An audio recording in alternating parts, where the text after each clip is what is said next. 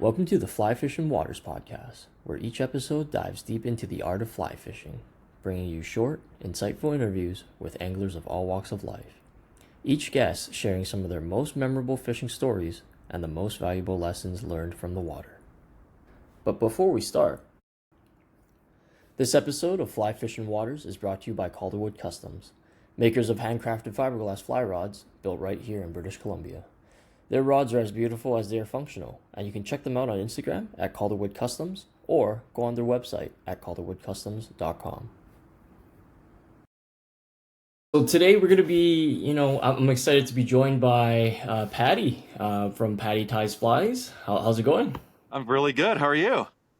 I'm doing good, doing good. Day's been all right. How's your day Nice. been? My day's been fantastic. I worked some, rode a mountain bike. That was pretty awesome. And then, had a great Nice. excuse to come home a little early and talk to you. Oh, awesome.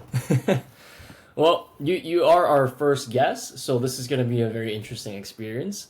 But we're super excited to be joined by you, and just to get to know some of the interesting stories you have. And I guess to kick it off, tell us a bit about yourself, like a little bit about the fishing background and everything. Yeah, totally. So my name is Paddy McIlvoy. Hmm. I'm your classic ex-guide. I spent a long time watching other people catch fish and got jealous, so I went back to catching fish for myself. Um, I've been fly fishing since I was 6 and tying flies since I was 7.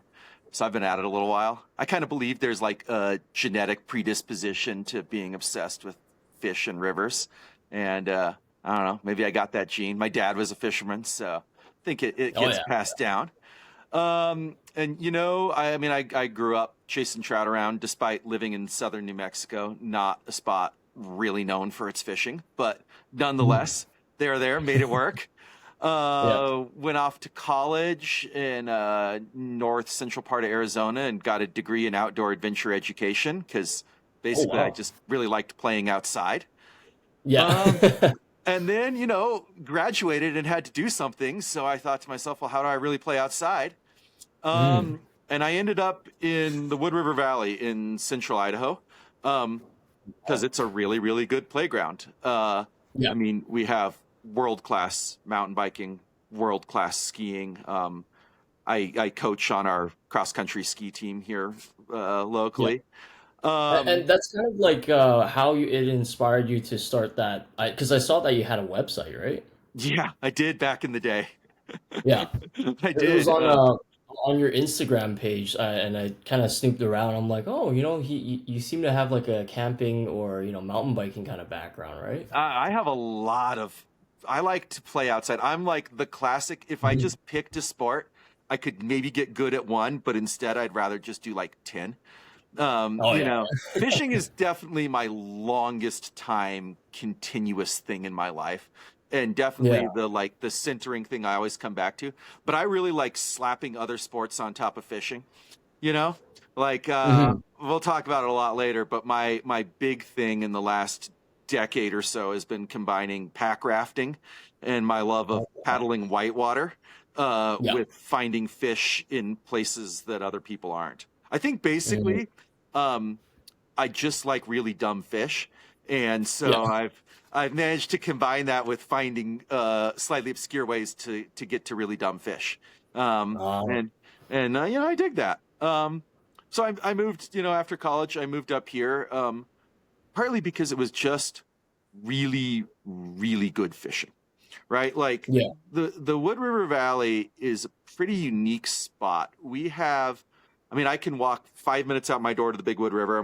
The hat I'm wearing is Project Big Wood, local conservation organization that works on issues on our river. Hmm. The Wood is an amazing freestone stream, 5,000 plus fish a mile for 20 some miles of the river, wild rainbows, Wow. browns. Um, and I can drive, a few minutes to the east and be at the headwaters of the Big Lost River, which has incredible, like high altitude cutthroat fishery.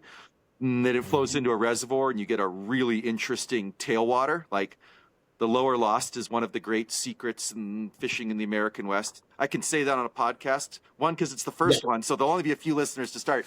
And two, because the secret's kind of out. But the lower lost has as many fish a mile as the Madison between the lakes, except there's like almost no one fishing it.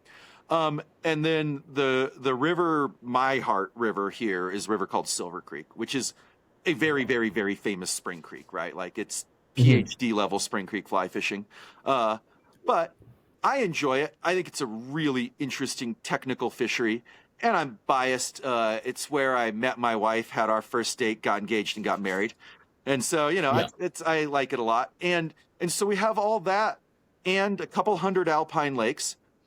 And then an hour north of us, we have the Salmon River, which is one of the world's great steelhead rivers. And oh, wow. Yeah. The furthest and highest inland of any steelhead run in the world. Our fish come 911 miles from the mouth of the Columbia to where they spawn in Stanley, Idaho. And that is a really unique steelhead fishery. They're really cool fish. And so there's not a lot of places that have all that in one place. And that was pretty attractive to a guy like me who likes chasing fish around. Yeah, definitely a big playground for sure. Yeah. But I constantly get, made fun of by my various fishing buddies and friends and staff at the business I own these days that, I live in one of the greatest fly fishing destinations in the world. So what I constantly do is run off to Alaska to find an even slightly better fly fishing destination.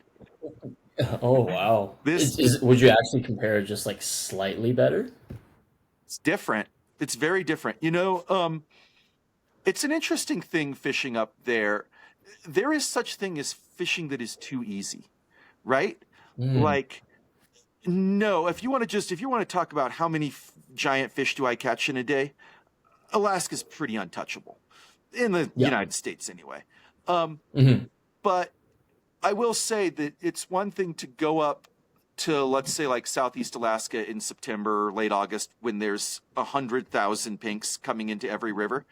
And wow. you could go catch 150 fish in a day, right? And they would all be like the size of the steelhead we have here, right? Like 10-pound fish. Is any one of those individual fish as special as a single like 20-inch brown on Silver Creek that I had to crawl up to and make one perfect cast with the trico on a perfect drift to fool it? It's just different, Yeah. But I will say that I think part of the reason that I constantly run off to Alaska is that aside from the fishing, the wilderness, Alaska is wild in a way that not a lot of other places are. I mean, that's another part of the attraction here is that we have an hour and a half to the north of us, the largest wilderness area in the lower 48, the Frank Church Wilderness, which abuts the second largest wilderness area in the lower 48, the Selway Bitterroot. They're divided by one pretty bad dirt road. And so we have some wilderness here, but there is nothing quite like the wilderness in Alaska, not just in the scale, not just in the remoteness, but in that definition of wilderness that it's a sensation, and part of that sensation is not being the top of the food chain anymore, right? It's different up there. You gotta be a little more on your game. And so, if the fishing's the delicious piece of fried chicken, that wilderness feeling is the good spices in the mix, Yeah, the 11 herbs and spices. The 11 herbs and spices, man. Oh man. Oh, that's pretty cool. Like that's actually one thing I constantly hear about Alaska too. It's like it's always about how it's wild and always kept wild, and it's just part of the experience altogether, right? Yeah. I think. Go ahead. Yeah. It's incredible. Like I when I think of like Wild Alaska, I did years ago. We'll maybe talk about it a little later. I did this big traverse. So when I was saying I like combining things, my real big thing is that I like doing these like month-ish long landscape scale traverses and just cover huge amounts of ground. And we did this traverse way, way, way out at the end of the Alaska Peninsula, like right on the edge of the Aleutian Islands. Yeah. And there was one day we were out hiking on the tundra, linking up rivers, and we kept busting herds of caribou at like 300 yards. And instead of running away from us, they would run to within like 10 yards of us because they'd never seen a human being before. And I think we were something tall on the tundra and they're a herd animal. So I think they thought we were really dumb looking caribou. And they'd like run up and they'd stop and be like, whoa, you're not a caribou. I don't know what you are, but you're not a caribou. And that was a really unique experience to be like, okay, this is a place where even the like big charismatic megafauna animals have never, ever seen a human being before. It's almost like when fish have just never had any interaction with any, human being or even ever been hooked. They're just closer to shore and they're just, just being them. They're just being wild in the little riffles and everything. And it's just uninterrupted, right? Yeah, that stuff's really cool. Yeah. It's like, oh, what's that colorful moose or what's that colorful caribou? Yeah, totally. Yeah. Totally. All right. I guess let's transition to the first story. Let's dive right in. So I had to think a lot about this. I love that you gave me the prompt of like, tell us some fishing stories, tell us all the little details. Yeah. I think that was really cool. And so the pressure was on to think of like really good fishing stories. And so I kind of thought of 3, and you can cut me off at any time. And in the world of like choosing which stories, I think my favorite place to fish is wherever I either fishing most recently or fishing next, because really I just love fishing. So I have like kind of 3 recent ones, and I thought I'd make them all Alaska because that's interesting, right? And it's once again that wild landscape. And so I was thinking of like, what are my best moments from the last few years? And one that really stands out is on that traverse on the peninsula. So we went from Cold Bay, which is an 81-person town. It's a thriving metropolis, way out there, to Nelson Lagoon, which is a 31-person town. And Nelson is one of the cooler little communities I've ever been in. And in between there was the route we took about 160 miles of pretty untouched wilderness. And, lots of exciting moments. I sprayed the same bear twice in 2 hours. There's a lot of bears. We probably laid eyes on 300 bears in the 3 weeks it took us, and 299 of them were well behaved. One was kind of a jerk. And, you have the little moments like hooking Chinook salmon in streams that don't even have names and having them run back into the Bering Sea was pretty rad. But the particular moment I was thinking of, we were late in the trip. We were probably day 17 or 18. And we had hiked into this river that was our final river. We were floating out to Nelson Lagoon. And to give you a picture of what the landscape, it's one of the most spectacular landscapes on Earth. And you had said send some photos, and maybe after this is over, I'll send some photos of all of this. Yeah, I'll probably tag that along too. But it's tundra plain, so it's pretty flat. But there's these massive volcanoes, right? Like the Alaska Peninsula, way out there, is actually pretty skinny. It's like 30, 40 miles wide between the Pacific Ocean and the Bering Sea. And so in between, there is this huge chain of volcanoes that come a enormous height in a very short distance. So the 2 big volcanoes in that chunk of the world are Pavlov and Pavlov's sister. And they each come they're each about 9,000 feet tall. And their summits are within 12 miles of the coast. So the scale is insane, like very hard to describe how big they are, and they're covered in these big glaciers, and the weather's terrible, so you don't see them all the time. But every few days the volcanoes come out and you're like, oh, this is dope. And Pavlov in particular is very active. Like it's been erupting off and on for quite a while. And like I said, you don't see them very often because it's some of the worst weather in the world. Like the Aleutians it's the cradle of storms, right? Like it is some of the worst weather on Earth. There is 2 wind speeds out there. There is extremely windy and oh my God. And so we just and it like rains and there's bears and it's all very epic and all very difficult. But we'd gotten on this river and we were having this magic day where like for the first time in almost a month, the sun came out. and we're just like dry and warm and it's calm and the wildflowers are going crazy and there's enormous grizzly bear tracks on every beach, but the bears seem pretty chill. And I'm fishing with my buddies Matt and Mike, who are two of my best friends in the world. And you Yeah. know, that's the other best part of this. Honestly, the fishing, like the people that you get to go on these things with is really special. And we're in this huge pool that does this big like curve. And I was down in the tail out, and Matt was kind of at the apex, and Mike was up way around the corner. I'm swinging and, you know, just throwing the spay rod, throwing big Chinook flies. I think I'll always remember it was a dirty hoe, big pink and white dirty hoe. Shout out to Jerry French, the world's greatest fly tying genius. The rest of us are just Salieri to his Mozart. Oh, wow. You know? And I'd hooked some fish, and I hooked like the fish. Like from that first second of the grab, I was like, oh, this is the one, you know? And and it rolled, and I really went, oh, this is a lifetime fish right here. And so I got pretty excited, and it jumped, and Matt up at the apex saw it jump and starts screaming, it's a whale! It's a whale! It's a whale! And running down to me. And Mike, up around the corner, who couldn't see what was happening and couldn't really hear what was happening, but heard the panic screaming, assumed we were being mauled by bears, and like came sprinting around the corner, bear spray out at full speed. And I had this long, like, you know, if you fish Chinook at all? Yes. Yeah. I mean, there is a raw power there that is like, that's the ultimate fish. Oh, yeah. Steelhead, especially like right when they take, you know, they have that initial takeoff. Man, that's such a powerful. Like it broke my rod in two pieces one time.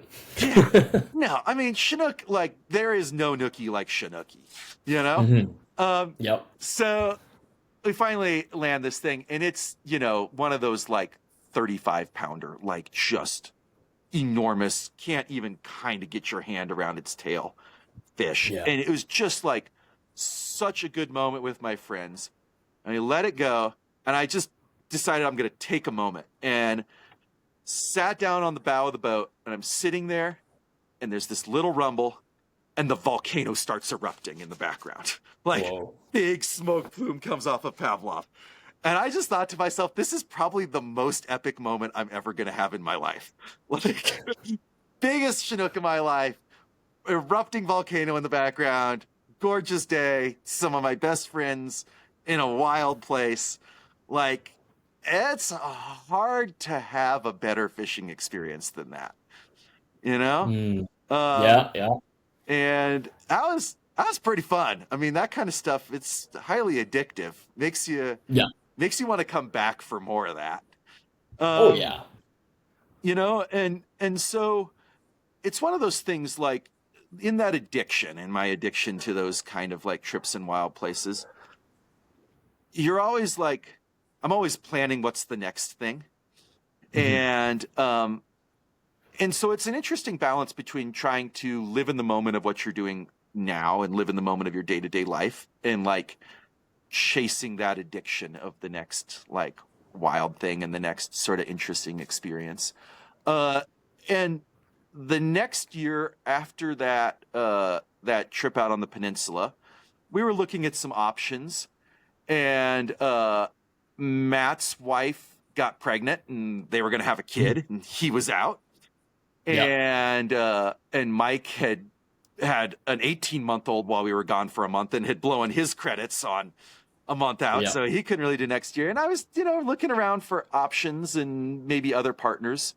And in the interim of that, my dad died, who was kind of my original fishing buddy. You know, I mean, we had started together when I was a really, really little kid. And I kind of fell in love with the idea of a technically solo trip, but kind of like a last fishing trip with my dad in a way, you know? Just to really like just take some time and be present in that, and be present in our relationship and what it had been. And so I had in the research for all these various trips and planning, I had found a 1967 fisheries resource survey from the Alaska Department of Fish and Game. If you really want to find a bunch of untouched fish, scientific research papers are where it is at. This summer's expedition that I'm about to go on here in about 3 weeks, for instance, I found a paper by some grad students in the mid-90s who really worked it. Their paper was entitled Mean Size Distribution of Resident Fish in the Togiak Wildlife Refuge. And what that translates to is they got a grant to spend a summer flying around in a helicopter and measuring the average size of the rainbow trout they caught. Good on them. Like, good damn idea. Good on them. Had some very interesting data in there. But this 1967 Fisheries Resource Survey was about this place called Nunivak Island, which is this big old island in the Bering Sea, sort of west of the Yukon-Kuskokwim Delta, sort of where the Bering Sea comes up and the Arctic Ocean comes down. You know, there's that little pinch.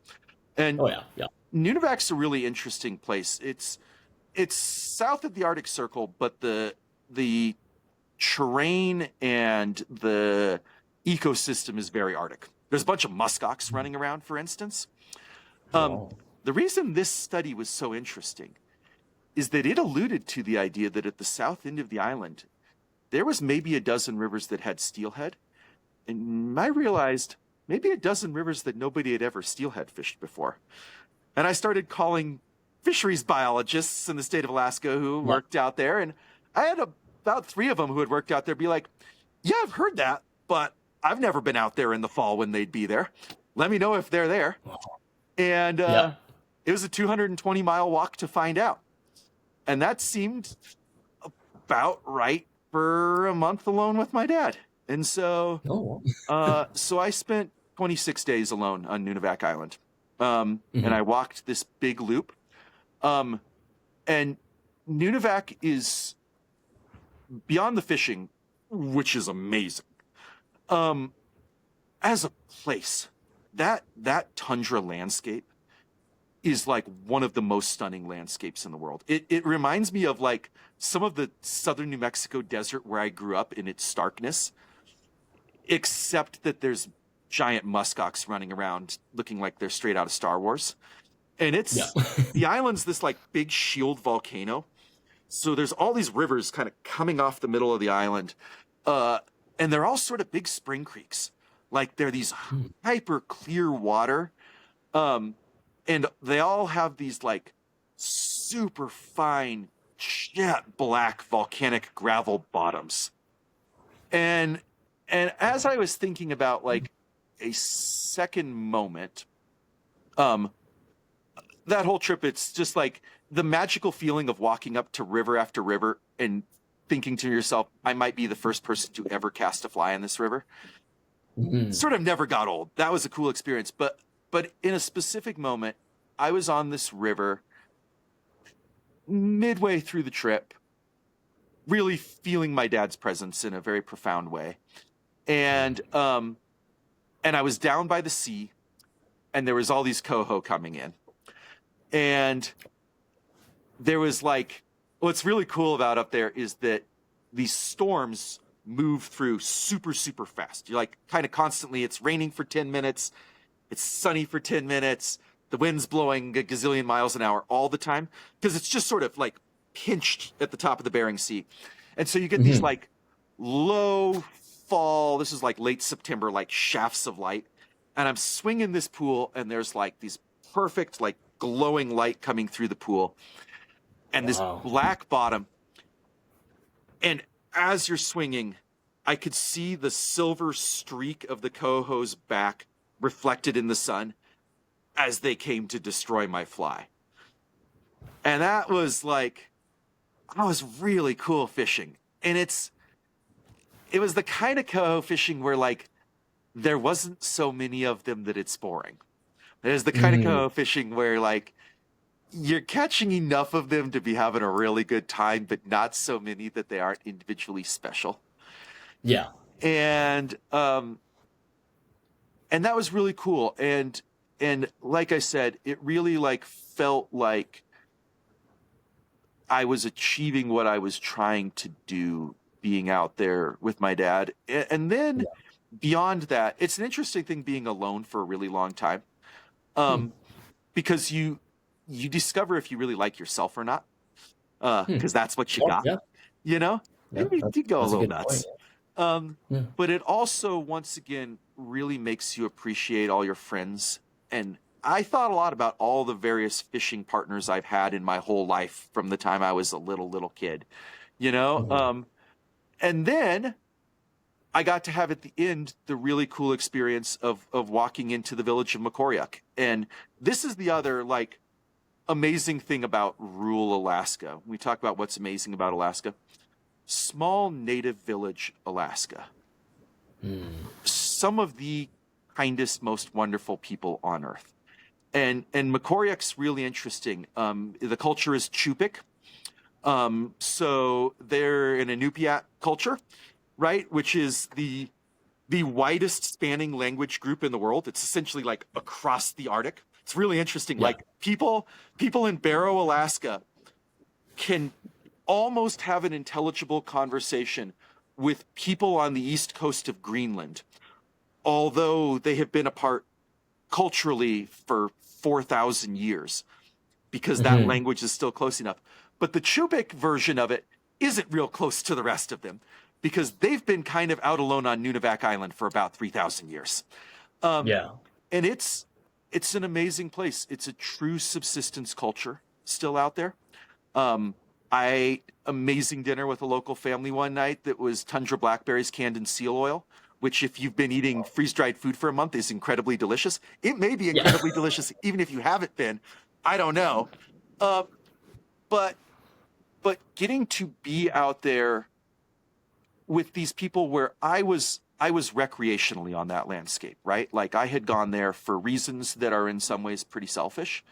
Um, and then getting to finish in this little tiny village of people whose entire lives are built around that place and the natural rhythms of that place Hmm. and could talk on a multi-generational level about the fish and the animals and the runs like they're reindeer herders. There's like that's the commercial Wow. uh part of it. And I one day met a gentleman who was telling me about his father. His father was born in 1898.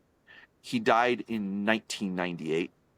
Uh, Well, the first real serious European ingress didn't come until like the 1920s in the form of a bunch of missionaries. And it's the unfortunate oh, story of yeah. Native people all over the world. The missionaries showed up, and the population of Nunivak went from 3,000 people to 500 people because disease and being treated terribly. But Yeah. but but this gentleman was telling me his father remembered a time where he lived in sod houses hunting bowhead whales out of walrus skin boats with ivory spears. And he Wow. lived to see wind power and the internet in Makoriuk.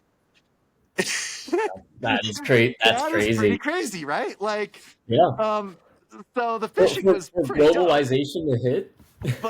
but the like the level on top of that of the like getting to then meet people who interacted with that same landscape on a much deeper level was an amazing like extra experience on top of that. Mhm. And you know, it's you asked them the thing like, what flies did you use and stuff on Nunivak? If anybody goes, you need one Dalai Lama and some real heavy tippet, and you could just fish the same fly the whole time. They'll Yeah. all eat it all the time.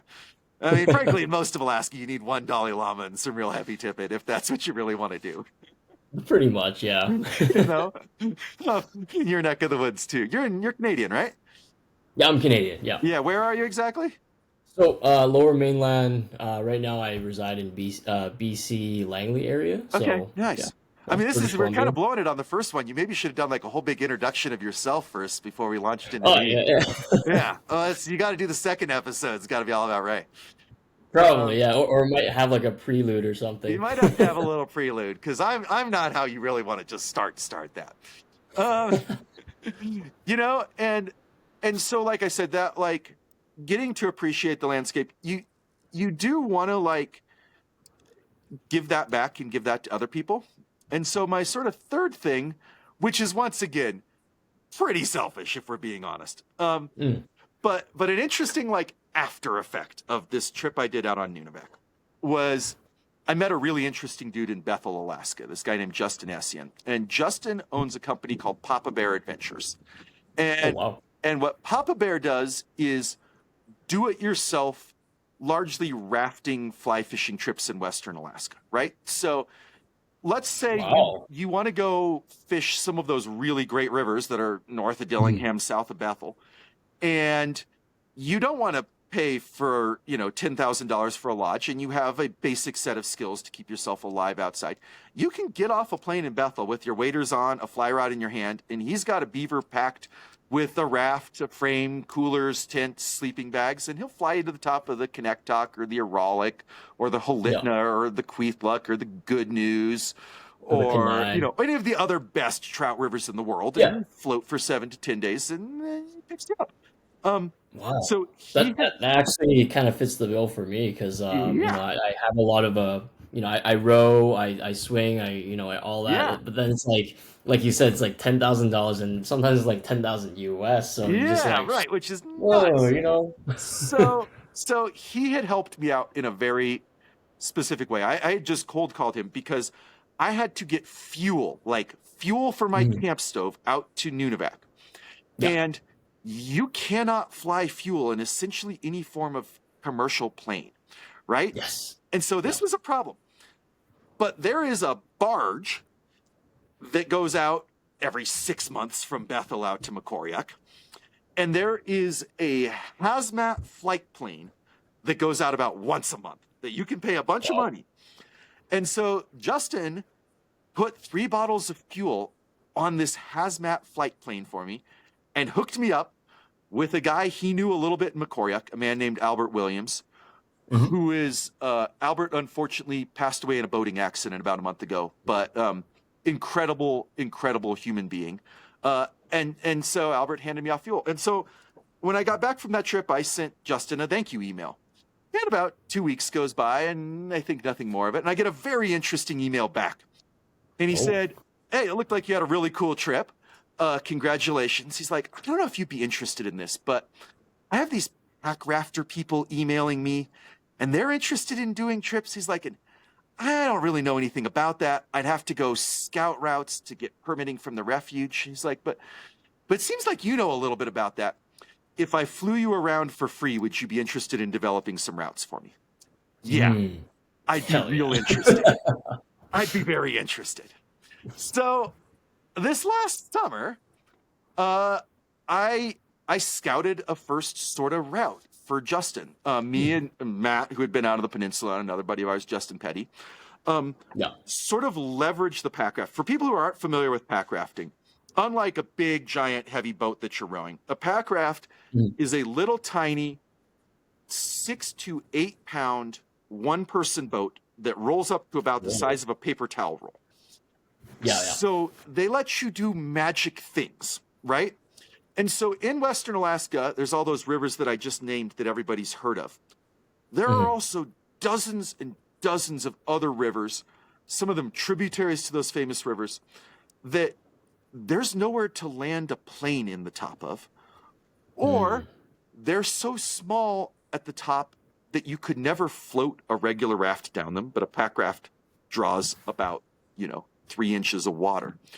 So it's just as this exploratory tool, it opens up this huge, broad range of essentially untouched rivers in a part of the world that is very famous for fishing, Yeah. but has a lot that actually is relatively unexplored. So we did this route. We did a 21-day thing. We paddled a tributary of the Connectoc into the Connectoc. And then we walked over to the mountains into the Middle Fork of the Eek River. And there is nowhere to land a plane in the upper 80 miles of the Middle Fork of the Eek.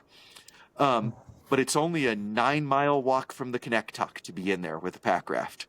And it was fun. It was fun to joke about, like, well, we're professional fish explorers now. And And we got to the eek, and Justin said, "Well, we're professional fish explorers. We should probably find out if there's fish." And we had 8 eats on the mouse in the first 8 casts. Oh, Because you were saying those fish that have you guys never, were yeah, they've never seen a fly. Yeah, they've yeah, never seen you a guys were fly. targeting those leopard rainbows, So we right? were targeting leopard rainbows, and it was interesting. What we found in the eek was not a lot of rainbows, and one of the greatest Arctic grayling fisheries on the planet. Like Wow, grayling big enough to eat a full-size mouse, like 20 to 24-inch grayling all over the that's place, big. and That's tons big. of them. And then low in the river, a ton of northern pike, which was also really cool. Oh, But wow. but beyond that, like once again, it goes back to the experience beyond the fish. Mm-hmm. That first camp where we had those 8 eats and 8 casts, Yep. there were wolf tracks on top of the bear tracks in the sand on that beach, right? Because Yep. none of those critters have ever seen a human in there. And low down on the river, there were these beaver lodges where, because there's nowhere to land a plane, there hasn't been beaver trappers for 100 years. So there were Mm-hmm. beaver lodges that were like 4 stories tall, that were like, 500 feet wide, like giant. In fact, we came past this beaver lodge. This is one thing I wish I'd taken a photo of, where like humongous, like a 40-foot tall beaver lodge. They had cut down every willow within a 500-foot radius, except for one giant willow growing straight out of the top of the lodge that was trimmed like a topiary. And we were Yeah. like discussing why have they not cut this one down? And Justin's theory is that it's landscaping. That Mm. Landscape. Yeah. but we had this thing where like the top of the Middle Fork was this amazing mousing for grayling, and then we got in this stretch down low where we came out of the mountains where it braids out, and you just have this epic landscape where you can see for 100 miles in every direction.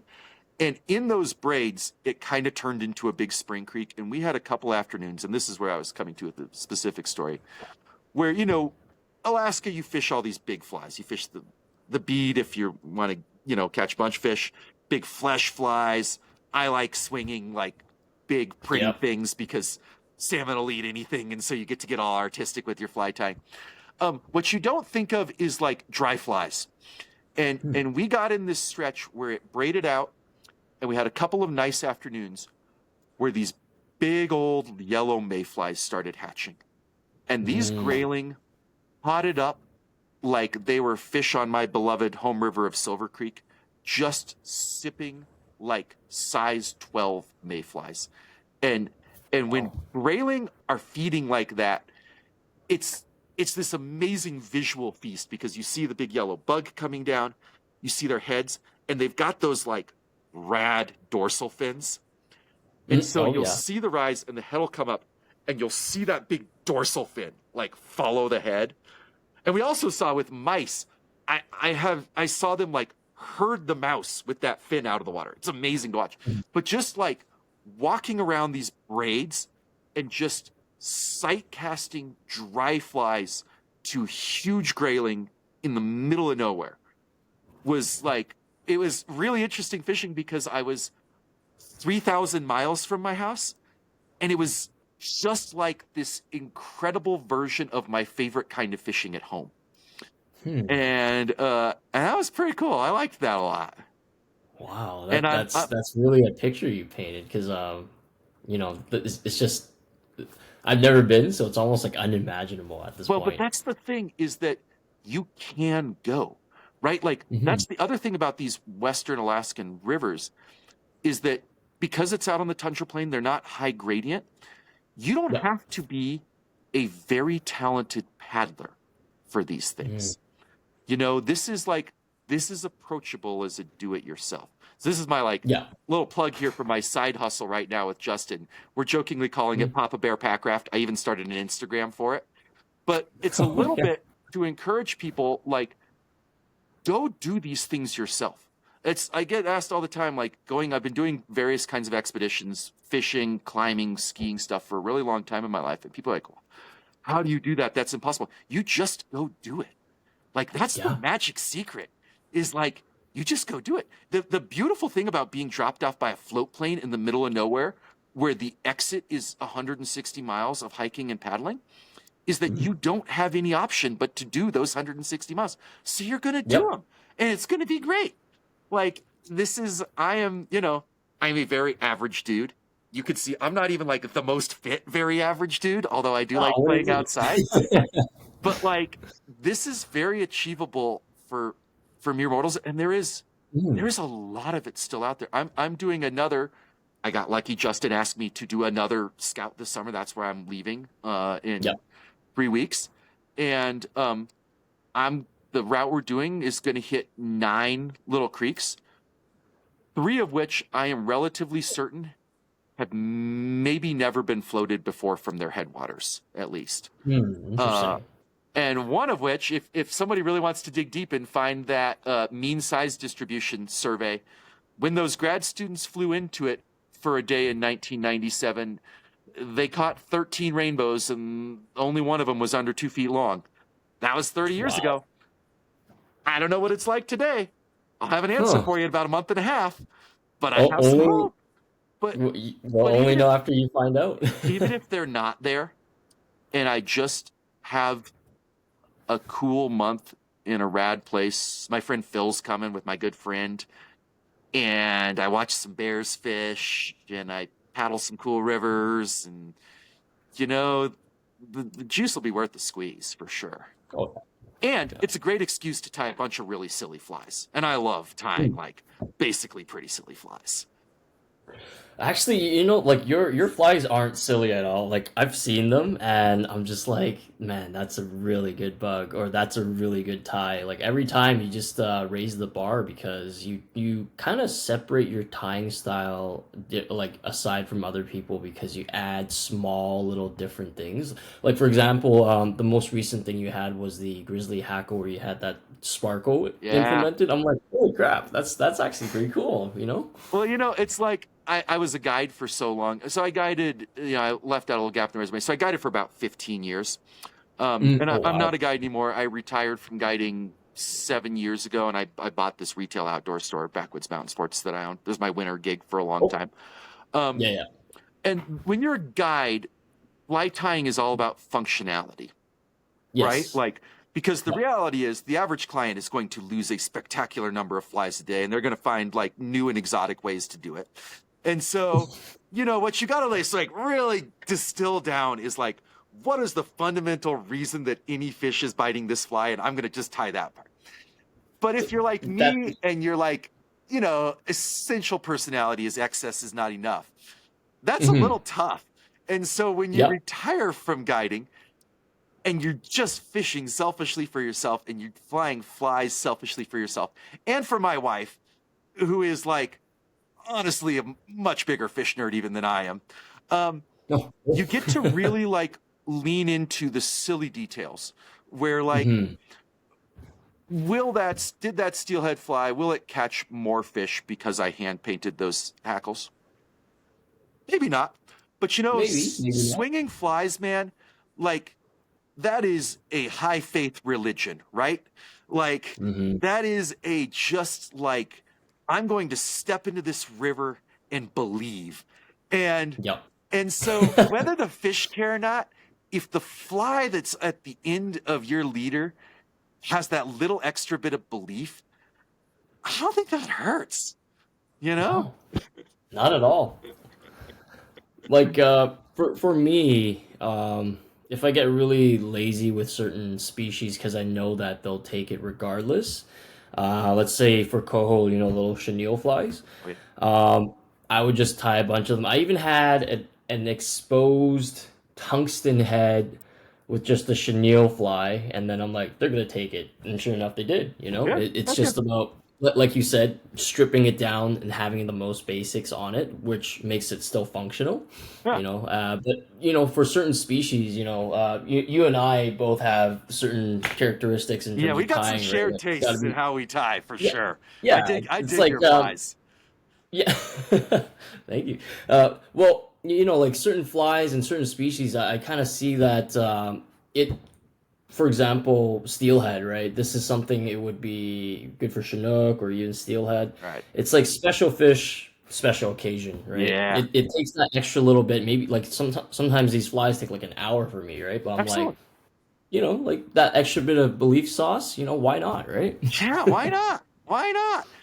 I have caught some fish on that painted hackle fly. Mhm. I have a real good buddy in Southeast Alaska who is a hardcore steelhead junkie, and I sent a bunch of them up to him for testing. I like, Yeah, yeah. Sean Wheeler is my official, unofficial fly tester, and I did a little trip up there in April this year. He and I spent 5 days together, hiked into the headwaters of a pretty special Southeast Alaskan steelhead river that I'm not going to hotspot it naming names, but Mhm. the bottom 4 miles of it are road accessible. The upper 12 miles of it come out of a big lake. And if you were willing to do 5 miles of really fucked up Southeast Alaskan Tongass bushwhacking, you can float that Yeah. from the top. Oh, And wow. we had some pretty magical days swinging flies at the top of that river. There was a lot of Mhm. steelhead in Southeast Alaska this year. And the funny thing is we were talking about that distilled thing. So we spent all those one of those days, we swung those flies, we caught fish on them, and then we fished front country one day with a buddy of his who is still a guide up there. And Mhm. we were nymphing a little bit because the little creek we were on was largely non-conductive to swinging. Okay, yeah. And my single biggest fish of the entire trip was on a fly his buddy had tied, which was a large pink tungsten bead on a jig and some pink marabou. And that was it. And Wow. hit the heck out of it. Uh, and then selfishly, I was already up there. My wife, who once again is awesome, was like, "You're already in Southeast Alaska." And Sean had to go back to work. So I then spent 14 days paddling through the wilderness at the south end of this island and fishing super remote steelhead. And that was pretty great too. But, Mhm. Yeah, yeah. honestly, the cutthroat fishing there was almost better than the steelhead in the southeast in the wilderness this year. But Really? but I did get to like complete the circle of taking all those fancy flies and getting them wet. And Mhm. you know, you can edit this out. I don't know what the vibe of this podcast is going to be, but my friend Matt refers to the way I tie all these flies for these trips as masturbatory fly tying. Like it's all the foreplay of the fishing is like, yeah, man, this is like just the right color of rabbit. This shit Yeah. is gonna work, you know? It's Like like, "Oh, yeah, you sit take a at the picture vise and with you the get all fish." excited, and then Yeah. maybe you get to climax on a swing when he tries to take the rod out of your, take your shoulder out of the socket. But Yeah.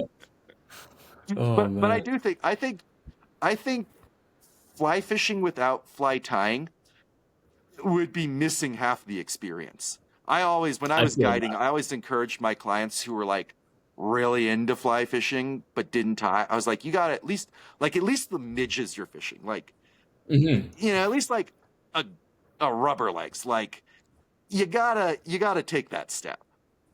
It it's part of the experience, I feel. Yeah, It's also what makes just like the whole compilation of like from the rod, the line, the reel, and then the fly and hand tied fly or even like a handmade rod or right. custom rod, like all that experience or all that bit of detail just factor into that experience and just that moment from time to time, Oh, you sure. know? Like the thing that I fly fishing world that I like covet the most right now and like life goal to one day have one. Have you seen the VR reels?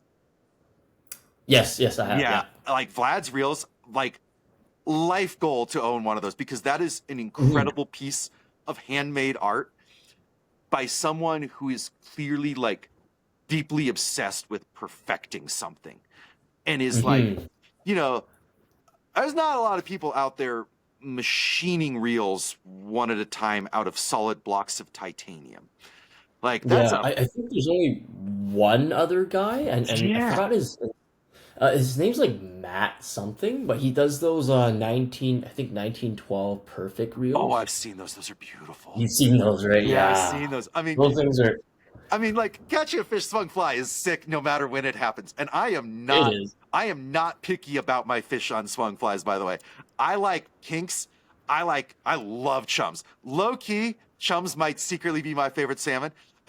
Chums have a marketing problem. So you can help me with this. You can join me. I want to rebrand the chum Golden Tiger Salmon. Nobody wants to Oh catch yeah. chum. Golden Tiger Salmon? That's a dope fish, right? Eat What the hell my out of a cousin select one. calls them tiger Chinooks. Tiger sharks. I bet you in Alaska and the west coast of Canada, I guarantee you twice as many rods a year are broken by chums as by Chinook. Yeah. That Yeah. is a dirty fighting fish, right? I It like is. swinging soft tackles for trout. I like catching Dolly Varden. I can catch $150 in a day. I still want to catch the 151st. Like, Oh yeah. they're cool as hell. Like I am not picky about it. So you might as well, in addition to that, like top that off by really liking like the rod that you're casting, by really being stoked on the reel that you're fishing. Like that's just, once again, it's the little details thing. Oh yeah. I think on Instagram, within my bio, it's like, you better love what you cast because you're gonna be doing a hell of a lot of it. Dude, I have a real thing for like glass spay rods. And there is, I'm going to say this right now, so maybe this comes out and someone else buys it. On spay pages right now, there is Mhm. an Echo Glass 6-weight spay, which is like an unobtainium The rod for sale at the moment that I have been trying is, so is hard it not to is it buy. the old yellow one? The The old yellow yellow one? one. Oh, yeah. Mm. Those I things. think it's like the 12'3" one, right? Oh, yeah. Yeah. I have, Morgan, if you're listening, earmuffs, my wife. I own the 3, 4, 6, 7, and 8 in that rod right now. Really? Oh wow. Oh, dude, have you fished a glass spay rod at all? I have. So I do like casting lessons on the side, like Yeah, spay casting lessons on the side. nice. And one day, one guy brought one because he was having trouble with it, right? Yeah, And then I was like, "Oh, what's going on?" And then, one cool thing about instructing, I'm not CCI certified, but right. people who know me like knows how I feel about that. But anyways, um, so he's like, yeah, I'm having a little trouble with it because of the action and it's glass. And I'm like, okay, let's try it out. And like I said, like being the instructor side of it, you get to test everything out. So Yeah, you're like, yeah. oh, this is a loop, or oh, nice echo swing or something, right? So Right. this one he had was the 6123, I think, Oh, like the yeah. glass one, the old school glass. I'm like, oh, okay, it's pretty good. Because previous to that, I only had one other glass switch rod. It was Yeah. a CTS blank, very old style, like very previous year model. It was the CTS 7106. So it Ooh, was a 10-foot 6-inch 7-weight. yeah. That thing it's bad. It just feels like a wet noodle, Yeah. but you just have to cast it in a certain way so it actually would come, like, cast properly. But with the Echo rod, the glass one, yeah, it's actually pretty nice. It's like the deflection's not bad, and I had a pretty decent recovery. So Yeah. it's a And pretty good rod. and beyond the casting, what I like about them is I feel like you get a bunch of extra feel, particularly in the swing. Like I feel like Hmm. I have a better feel for how my fly's swimming on a glass Yeah. rod sometimes. And when you catch a fish, you can definitely feel every pulse of that tail all the way down. It's not the right Oh, tool all the time. Like the time, yeah. I sort of alternate between them, and right now my like current graphite rod adaptation is those like Nam Rain. Have you fished those at all? That thing. I've tried them during the spade clave Yeah. that they had at the Michael and Young's one. At what was that? Whatever, I forgot the lake name all of a sudden. But anyways, yeah, I tried those. Um, I like them. I Yeah. like the blank, but not so much the handles and the Oh, that's ratio. So interesting. I mean, that's one of those back to the details things, like something that fits you, right? And not hmm just like, you know, the speed with which a rod flexes when you're sweeping into your D loop in a spay cast.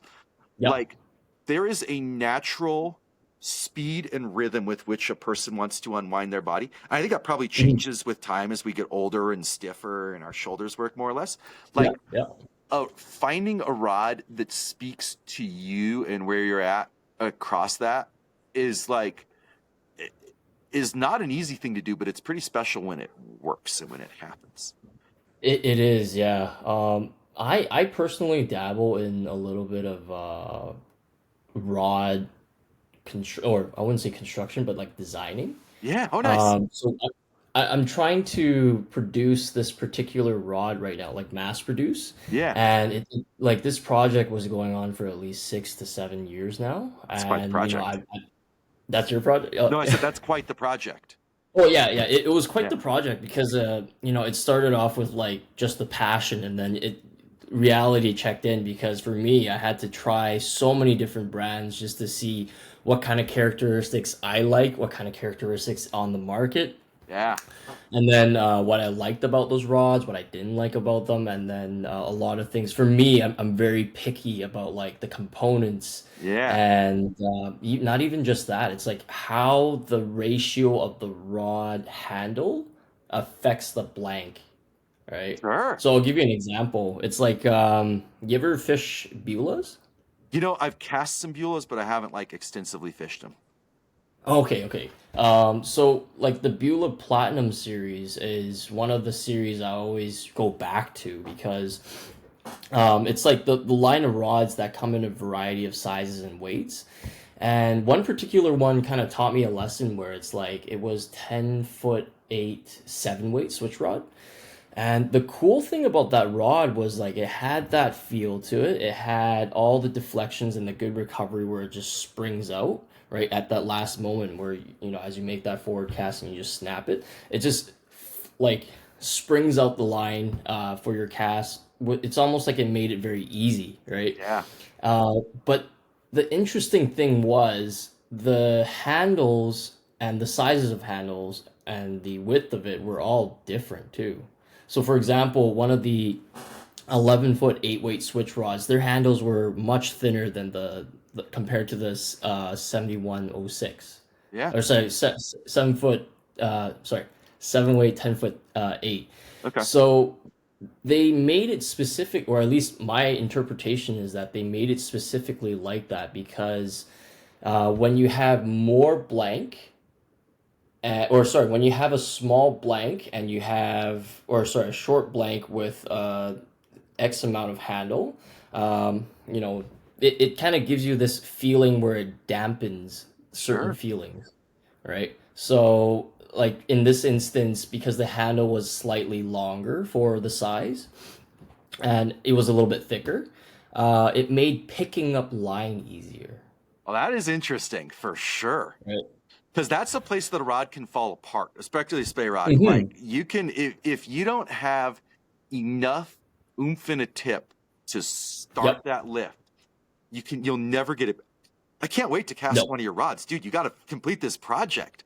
Like I I'm always I'm almost there. I'm almost there. I appreciate people like a lot of truly great products are produced by people who are detail obsessed. Like an example I'll give, Mhm. like in the store I own, one of the things we sell is mountain bikes, and we sell this company called Yeah, Pivot. I don't know if you're a mountain yeah. biker at all, but No. the dude who owns Pivot is this guy Chris Cocalis.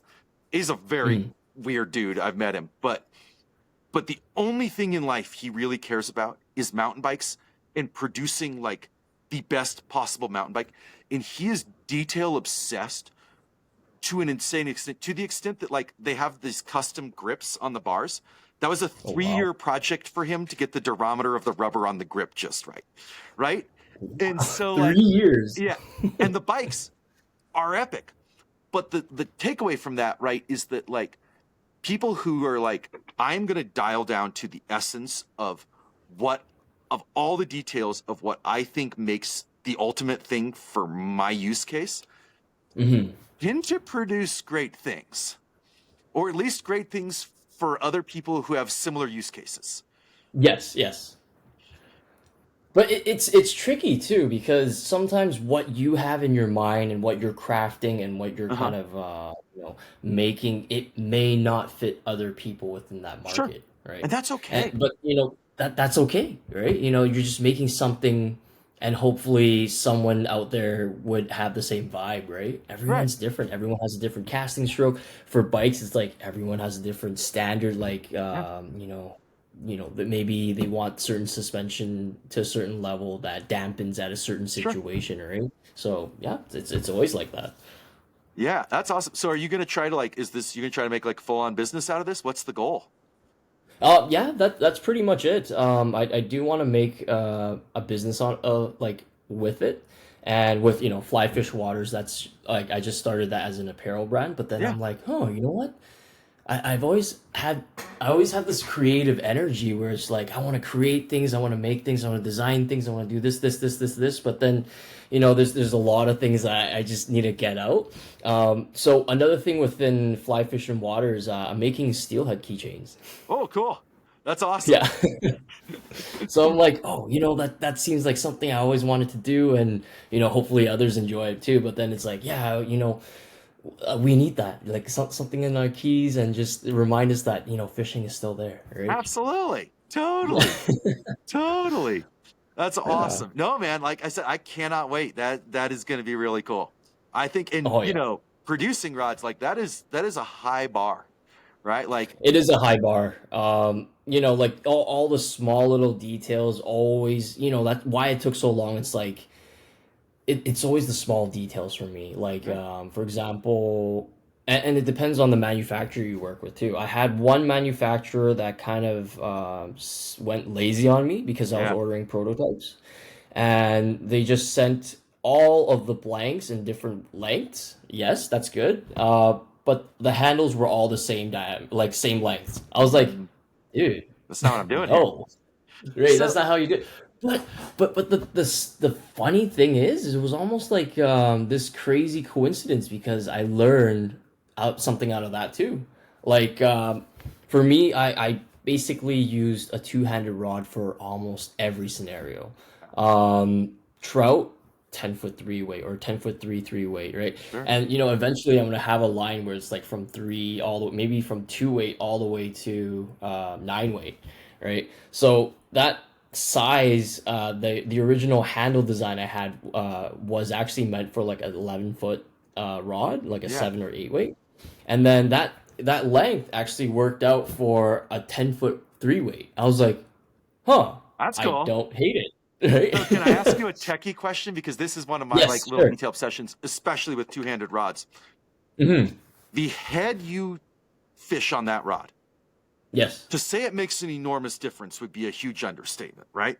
yes, yeah. So when you're designing and you're testing, Hmm. how are you controlling that variable? Are you casting them with like this huge variety? Are you going to tell people like, look, this is what I designed this rod around? Like back in the day with Tim Rajeff and Echo, when he had that Yeah. partnership with Echo or with Hmm. Airflow, he was pretty like, this is the line I tested this on, so consider that.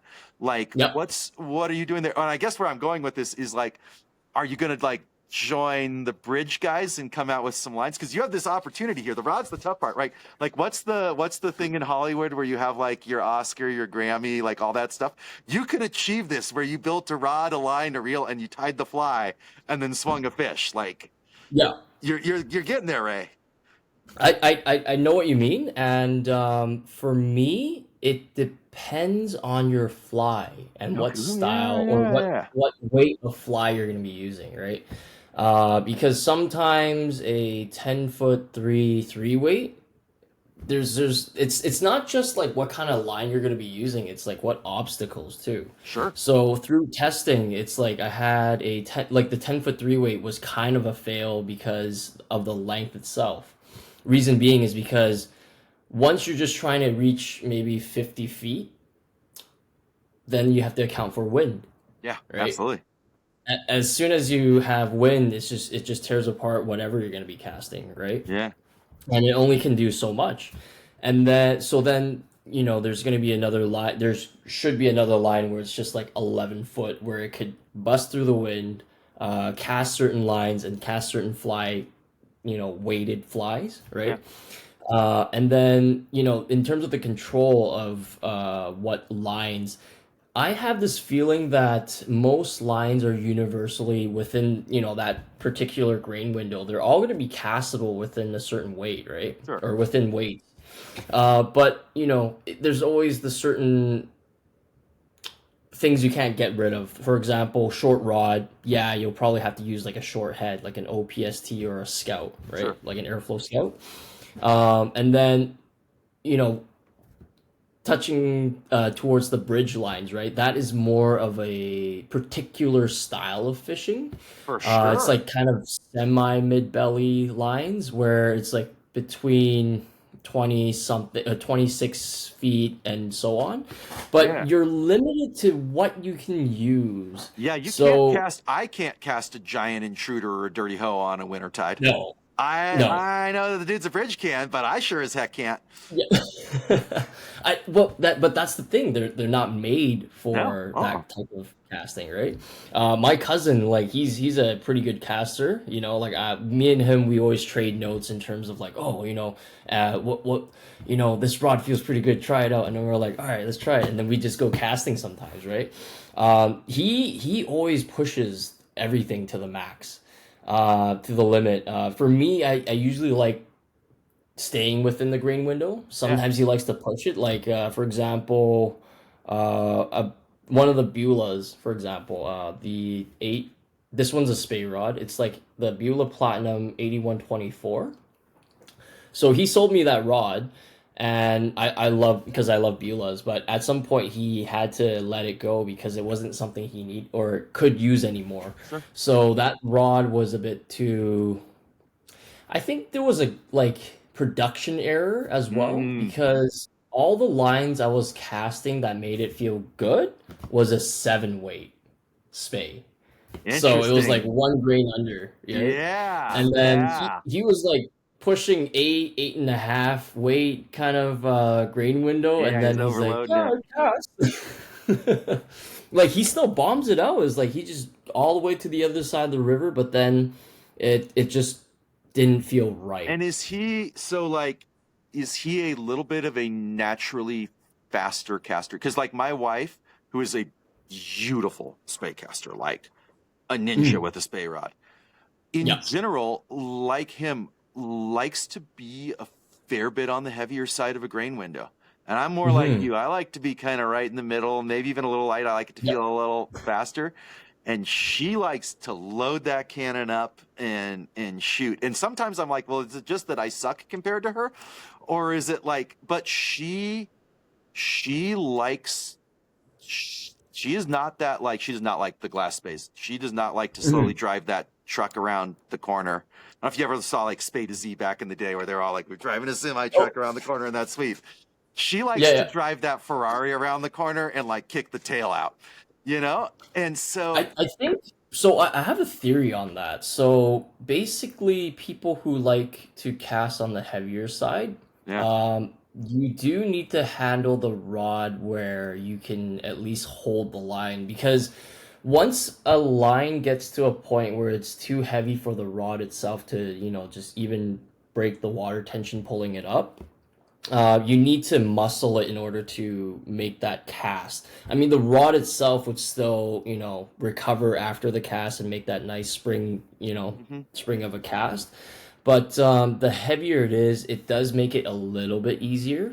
But mind you, it's still, if you're overgraining it, then that means you need to put a little bit more effort to control the line. sure. But if, on the opposite spectrum, if your line is lighter than what's, within the window, my theory on that is that you need better rod control and Mm, casting, principles, right? yeah. I had this rod. It was an 8126 Franklin Loomis. Oh, I'm not sure if cool. you ever heard of that. Ah, No, okay, so quick background of that is Gary Loomis, when he still had Gary Loomis rods, right. he had, because I heard this from the podcast of April Vokey, when he got interviewed. He had this, you know, business relationship with this Taiwanese company who's produced rods, and somehow that Taiwanese company screwed him or something, Mm, right? But they still produce some rods these days where, they kind of feel pretty good, but the components are pretty cheap. Right. So I kind of sold off that rod, but till this day, I still say, that action was pretty nice, Yeah. right? Yeah. But yeah, so with that, I was using I think it was a 350 commando head because that's all I had at the time, Sure. right, for an 8 weight. And it still casted, but as soon as you had to slow everything down. And when I say slow everything down, like every action needs a specific purpose. So as soon as like lifting and setting the anchor, that's going to be easy because that line is super light. Sure. But you need to be able to let that sink in a lot more to get more water tension. Otherwise, it's going to feel really hollow because the rod itself wouldn't load, naturally within that, because it's out of that grain Right. window, right? It wouldn't like naturally, you know, when you make that sweep, it wouldn't naturally start loading itself so you can actually. So a lot of it has to do with you controlling how much exposure of a sweep, Sure. and your casting stroke needs to be very specific too. So it's Yeah, a for lot of that. sure. I mean, it's interesting to think about Mhm. beyond even the grain window part. Like I find in my casting consistency, like going between playing with various heads on a rod, Yeah, I can make that adjustment to be on the heavier or lighter end of the grain window. yeah, yeah. Me too. Yeah. But the thing that throws me off more, and I can adjust to it too, but less easily, is a Hmm. pretty big change in the total length of that head and tip. Like Mm. it's same grain window, but like a real short, like a commando style, real short, Yeah. heavy, compared to like something like a bridge torrent, which is on the longer end of a Mm. Skagit head. At the Yeah. same Yeah. grain That's true. window, it takes more adjustment for me to figure out. And it's just something about like the total timing, speed, and power of the sweep to not, especially going from longer to shorter, to not blow an anchor. That has to do with okay, let's go with the cast. What particular cast are you having in mind? Well, I mean, let's Where that talk happens? about like classic sustain anchor casts, right? Like Okay, yeah. snap Oh, tees, like double space, like snap that kind of T. stuff. Okay. Yeah. Mhm. And it's like, once again, very workable, but I have an Yeah, easier time going between grains for the same length than same grain, different length. yeah. So sometimes it has to do with grains per foot Sure. as well, because as the length of the line is longer, the grains per foot is more distributed differently. So commandos are short, but as an example, but the grains per foot is still consistent with, say, a 23-foot head, and then it's like the X amount of foot. Like once you do the calculations, they're around the same, Yeah. right? It's like 23 per foot or something, or something like that. But that's when it's like around that ballpark. But for example, if you're doing a snap tee with a torrent, um,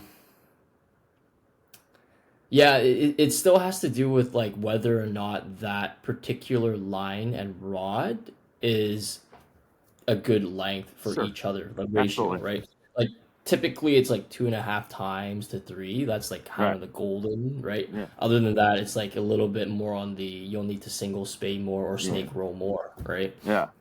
So when it comes to making the cast like a snap tee with a torrent head, um, yeah, it typically should just cast naturally, and once you apply the same principles, like you make that sweep with like a proper out and around, and you're just letting that go around properly to make that D loop, then it could cast like much easier Sure. because sometimes you need to have a bigger motion without blowing your anchor Right. right before that forward cast, and that's very necessary. And sometimes it's about how soon you're making that forward cast too, Yeah. right? Yeah. Dude, your rods are going to be dope. You have no, no, no. You have thought about this. Like your intuitive sense of that is very deep. Um, Thank you. Thank that's you. going back to fly tying. Like that's Mhm. part of the fun of the process for me is thinking like even if it's a ridiculous overdo, like that idea of, well, this little thing changes. It's one of my struggles is the putting less in, right? Yes. Like it's real easy to start adding the bling, Yep.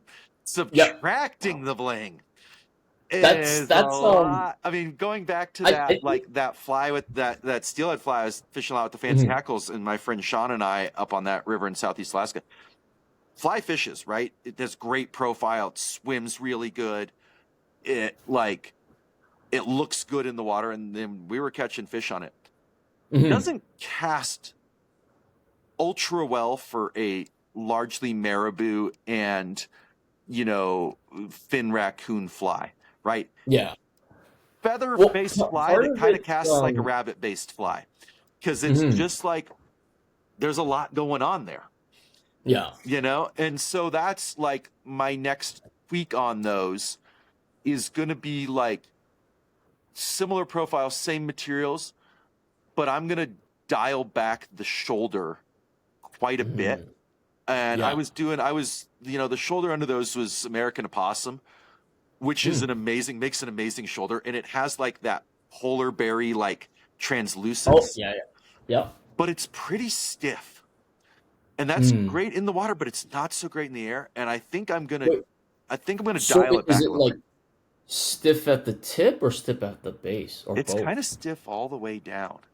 Like Oh, it's interesting. interesting stuff. I like Yeah. it, and my takeaway from that was that it works great in a shoulder, but in a Mhm. lesser amount. Like I think I'm going to do the Huh. same thing with like a scrim of a little bit of Arctic fox, and then half the amount of opossum on top of it, so I still Mm. get a little bit of that, Yeah. but it's a little bit less Just wind slightly. resistant in the air. Yeah. And Yeah. so like it is, it's interesting to think about this. And I think a lot about like how a fly swims, not just like there's a real when you're new to tying steelhead flies, you're new to fishing steelhead, and No. especially actually Chinook, where everything in the world is like, you gotta get deep. You really gotta get Yeah. deep. They're Yeah. down Yeah. deep. Yeah. You better fucking get deep. I Yeah. don't know that I agree with that, man. I feel like if you're below them, they are not going to eat it. No, No. no steelhead or salmon in the history of the world has ever gone down to eat a fly. And you're telling me this fish that is swimming Ooh. through all this heavy current and is a player, right? Like, and that's the real Yeah. thing here, right? Is like any good That's fish, the he's real going to eat, thing. he's not going to eat. You're But telling me that there's if you're also the swinging other. the fly 1 foot above his head or 3 feet above his head, and he wants to eat it, he's not going to come those 2 feet. I'm pretty sure he's Yeah. going to come Right. those 2 feet, Yeah. And so there's that. There's also that temptation to like make them heavy, Yeah. and that's a dangerous temptation. You need a little bit of weight. You don't need You a do. lot of You weight. do. You need weight. But there's also the opposing, kind of train of thought where it's like, oh, what if it's like a sculpin, Right. right? Yeah, totally. Right. But even Because they're trout, always gobbling on the eggs, right? they are always gobbling on the eggs. I do agree. There's another like shout out to Jerry French. My wife would be like, I feel about Jerry French the way like 14-year-old girls feel about Taylor Swift, and also I feel about Taylor Swift. Jerry's my fly fishing Taylor Swift. So I'm Yeah. just sucking up here. But like, he has this theory, I think he talked about it in April Vokey's podcast, that steelhead hates sculpins. Yeah. And I've certainly seen it with salmon. Like you go below a big spawning bed and there's all those dead sculpins. Mhm. That's those salmon crushing that sculpin in Yeah. their jaws. I And it is interesting. They yeah. they hate them. I think part of it is like maybe time, like what part of their life that they're gonna be most Sure. affected by it. So if they're like close to spawning, then yeah, Yeah. maybe that's something. But maybe if they're like super fresh and jaded in a sense, Yeah. right? They're just probably gonna go for that big oogly boogly, Well, and I like his part of his theory is that which I don't know if I buy or not, but it is interesting, is that they remember being smolts, and sculpin are like eat the shit out of steelhead and salmon smolts, Yeah. and so like they remember Oh, the trauma, and they just want to come back for revenge. pretty much, yeah. But it is But they true. they were Like, also a dangerous meal as they, oh as yeah, he oh they're yeah. spiky as hell for Yep. sure. Um, they're sculpin are cool, man. Like that's an They are. underappreciated fish. Yeah. I actually have one sculpin that was kind of inspired by Let's see. the intruder because it's like two station, but it's kind of like it was the sculpin that I showed you in the Oh yeah, beginning. yeah, yeah. That You thing know looks so how we good. kind of first interacted, right? Right? Yeah. Yeah. No, I love that. Sculpins are cool. I tie a lot of sculpins. That's what I was. I think my latest Instagram I've been playing with Yeah. sculpins. Yeah. That's another one of those like crosses boundaries. I fish sculpins up in Alaska. I fish sculpins at home. Hmm. Everything eats a sculpin. But Everything eats once a again, sculpin. they eat a sculpin, but not on the bottom. On the bottom, Mm-mm. just close to the bottom.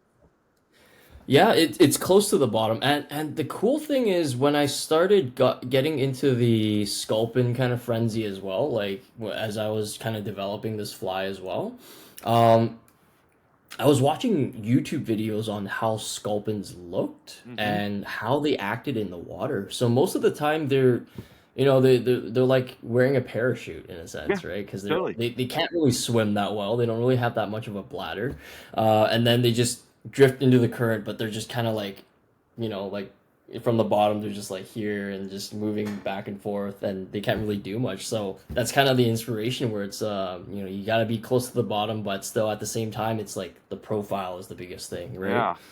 I think Yeah. I think I may have erred in saying that no fish ever goes down because I did just think of a thing, but it is very different. Like I have witnessed fish here on Silver Creek, on a spring creek, particularly some Hmm. big rainbows. There's those big weed beds. I have Yep. watched Yep. rainbows nose down into a weed bed and root around and then pop up and eat the scuds they kicked out, Oh wow, which is interesting. But they weren't that eating is them head interesting. down. They were kicking them out and then coming up and eating them. You Huh. see that mouth I go. think. Do you think it's like a learned behavior, just Probably. specific to that river or creek? I I don't know. It's the only place I've seen it, but Silver Creek's this like it's this very interesting river where it is an enormous food factory. I don't know if this is true, but I was told once by a woman who is the running the Silver Creek Preserve for the Nature Conservancy that Hmm. they had some entomologists come in and do stream surveys of bug life and that they thought that Silver Creek was a candidate for the densest number of insects per cubic meter of substrate of any trout stream in the world, which is Wow. partly why it's such a technical fishery is that there is so much food. I have been down there on morning trico hatches where there were so many bugs in the air that it was like looking through a haze of smoke. Like the other side of the river got hazy because there was Yeah. that many wings in the air. And we'll have, there's like hex hatches in the Midwest. And Silver Creek, the iconic hatch is brown drakes in the spring. Hmm. Happens for 4 or 5 nights. But there's enough of them that they'll show up on weather radar. And like Yeah. you can hear their wings in the air. And it becomes unfishable because the entire surface of the creek becomes this like carpet of bugs, which is cool Yeah. to see. Not amazing for fishing. But I think when fish have that kind of density of different kinds of food, they have the Mhm. option to get pretty diverse in their feeding behaviors. Yeah. And and Or I guess picky too, are eh? picky and really picky. All right, let's take a moment to talk about one of our favorite new sponsors, Calderwood Customs. If you haven't heard of them yet, they're a BC-based company crafting some of the finest fiberglass fly rods I've ever seen. But Calderwood Customs isn't just about rods. They also offer a full lineup of fly fishing gear and even host destination trips to premier fishing locales like Argentina, Mexico, and Costa Rica. Whether you're just getting into fly fishing or you're a seasoned angler, Calderwood Customs has the glass and the adventure to help you elevate your next outing. Follow them on Instagram at Calderwood Customs or visit calderwoodcustoms.com.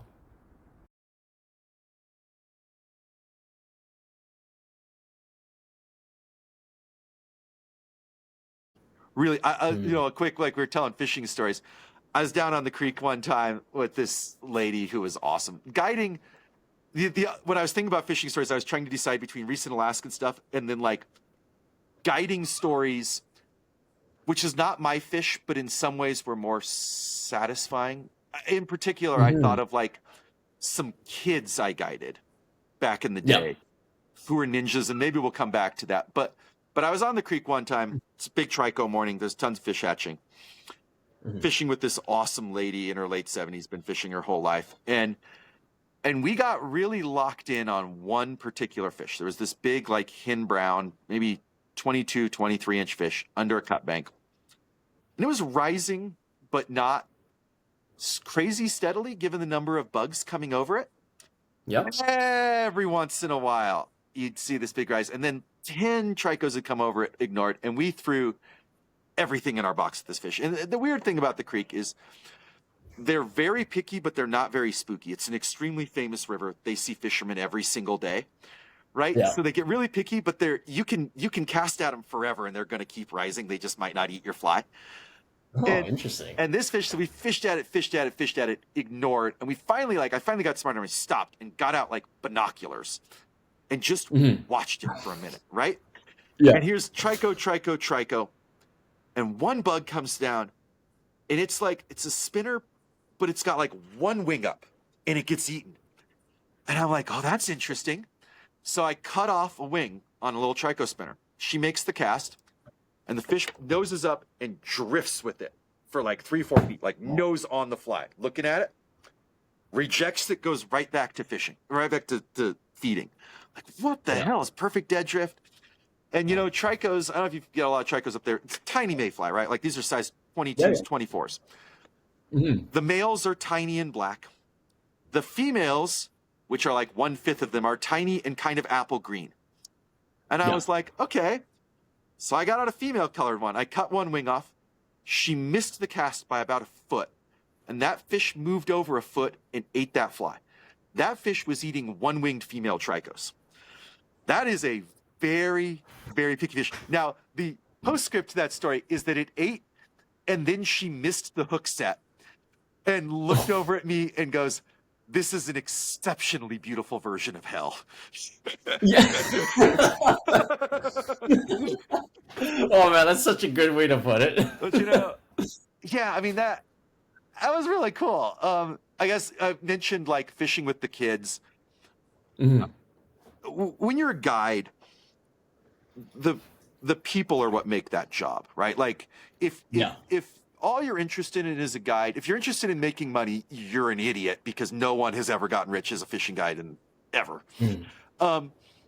If you're only interested in your own fishing, you'll burn out after a year, right? Like, you have to genuinely enjoy being out with other people, and you have to genuinely enjoy watching other people catch fish and like make that part of your experience. But if you're a guide for a long time, and I was a guide for about 15 years, the best part of it is watching your clients, your longtime clients, get better and better, maybe even to the point they don't need you anymore.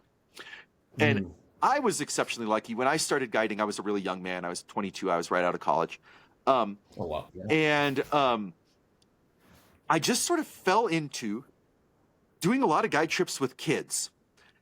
And I think it's because, you're a young guide, you're still a goofy idiot. And so it's fun. And if you're patient, and they're goofy and fun. And so I got to have the real privilege for a very long time, and I'm thinking of 4 particular kids, watching them grow up from being very young new fly fishers to like adults.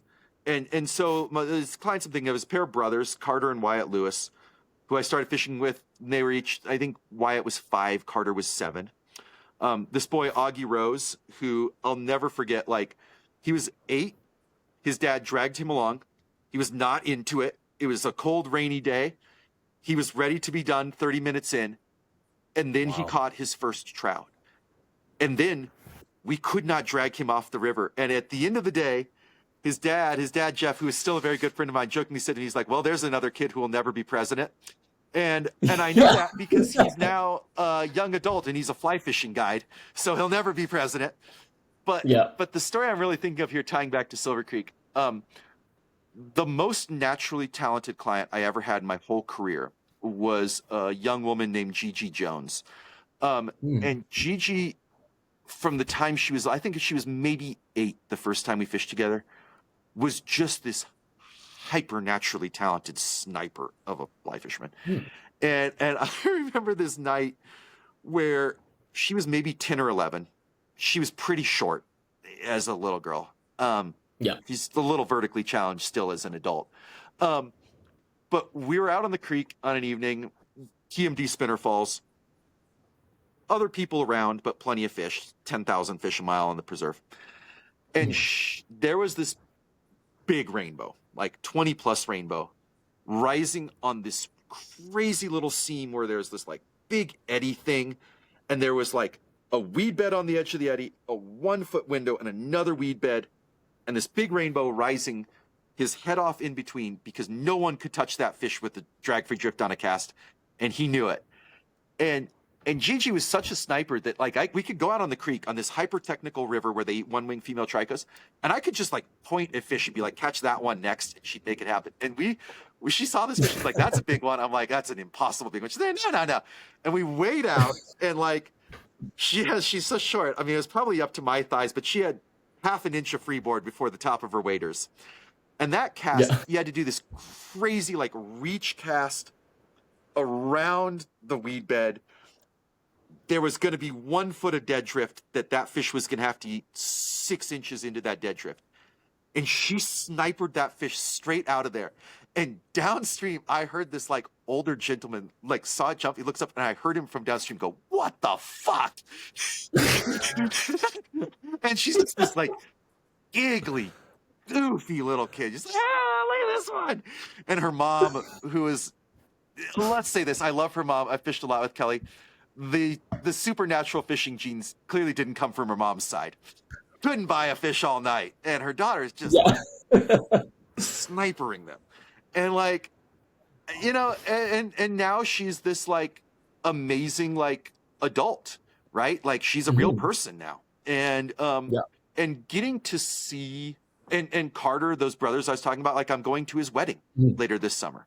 Oh, wow. And you know, just like that's a huge privilege in any job, right? Is to get to be like part of taking your passion and then having other people share that passion. That's why I've enjoyed our conversation about rods. Is you've got a high level of passion for this, and I dig that. And you know, we both have that mutual love for fly tying too. So I'm that's why like in the beginning, I reached out a while back. You know, our first interaction. I'm like, dude, that's a cool tie.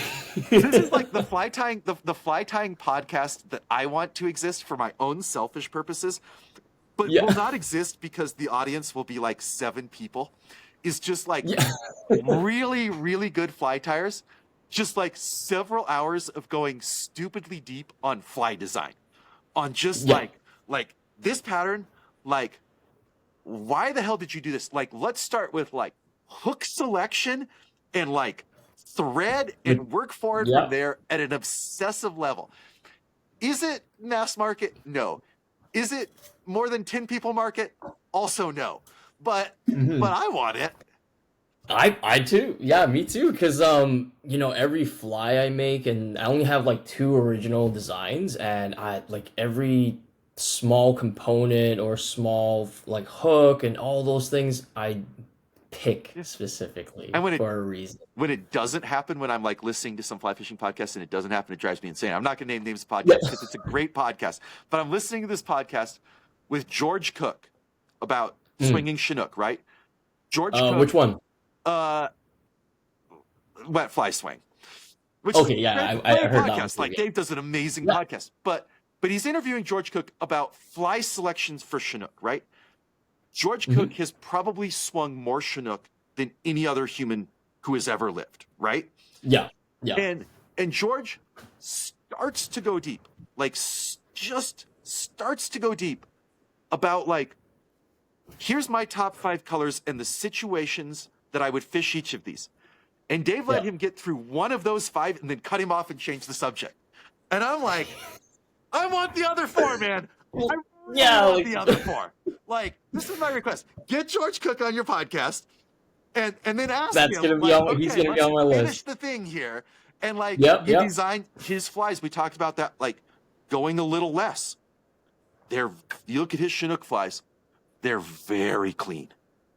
And there's Mm-hmm. clearly some thought about like, this is the fly I want in this situation.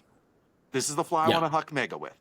And yeah, that detail thing, that like going deep on the details all the way around. That's good stuff. It is. Yeah.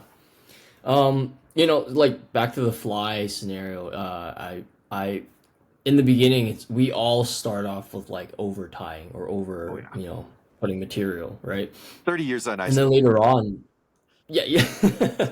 Well, that's the thing. It's part of the experiment, right? Yeah. Like, you tend to overdo it, and then you start refining and refining. You're like, oh, like why should I do this? But I could have done this to begin with, right? Right. And as a guide, you probably have less time, and Oh yeah. you're I had tired no throughout the time. day Yeah. too. Oh yeah, no time. That's why Like that's guys why they like call them squirmy guide wormies so flies. much, man. Yeah, Catches fish, tie 3 dozen of them an hour. you're like done. Yeah.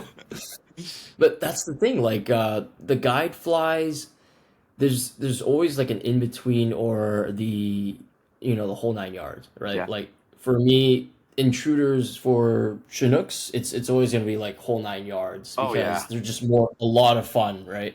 Fly's got to be worth Um, that fish. Worthy of that but fish.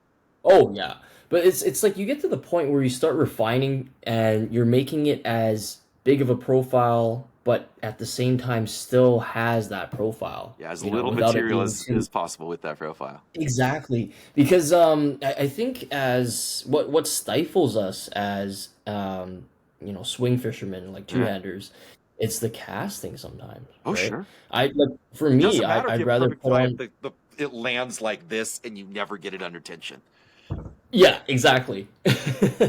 Like for me, I'd rather less material, still big profile, and use a heavier dumbbell eye or Yeah. something, Sure. or even tungsten eye, right? Sure.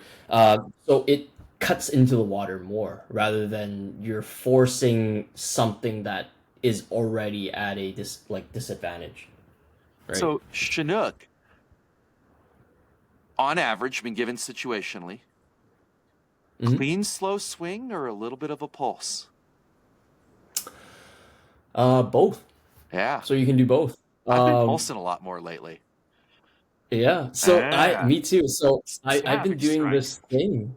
Yeah, so I've been doing this thing for Coho as well, because I didn't even think I'd get this far with this podcast, but especially with the story. But I had one magical day, in one pool. It was like this small current, small river.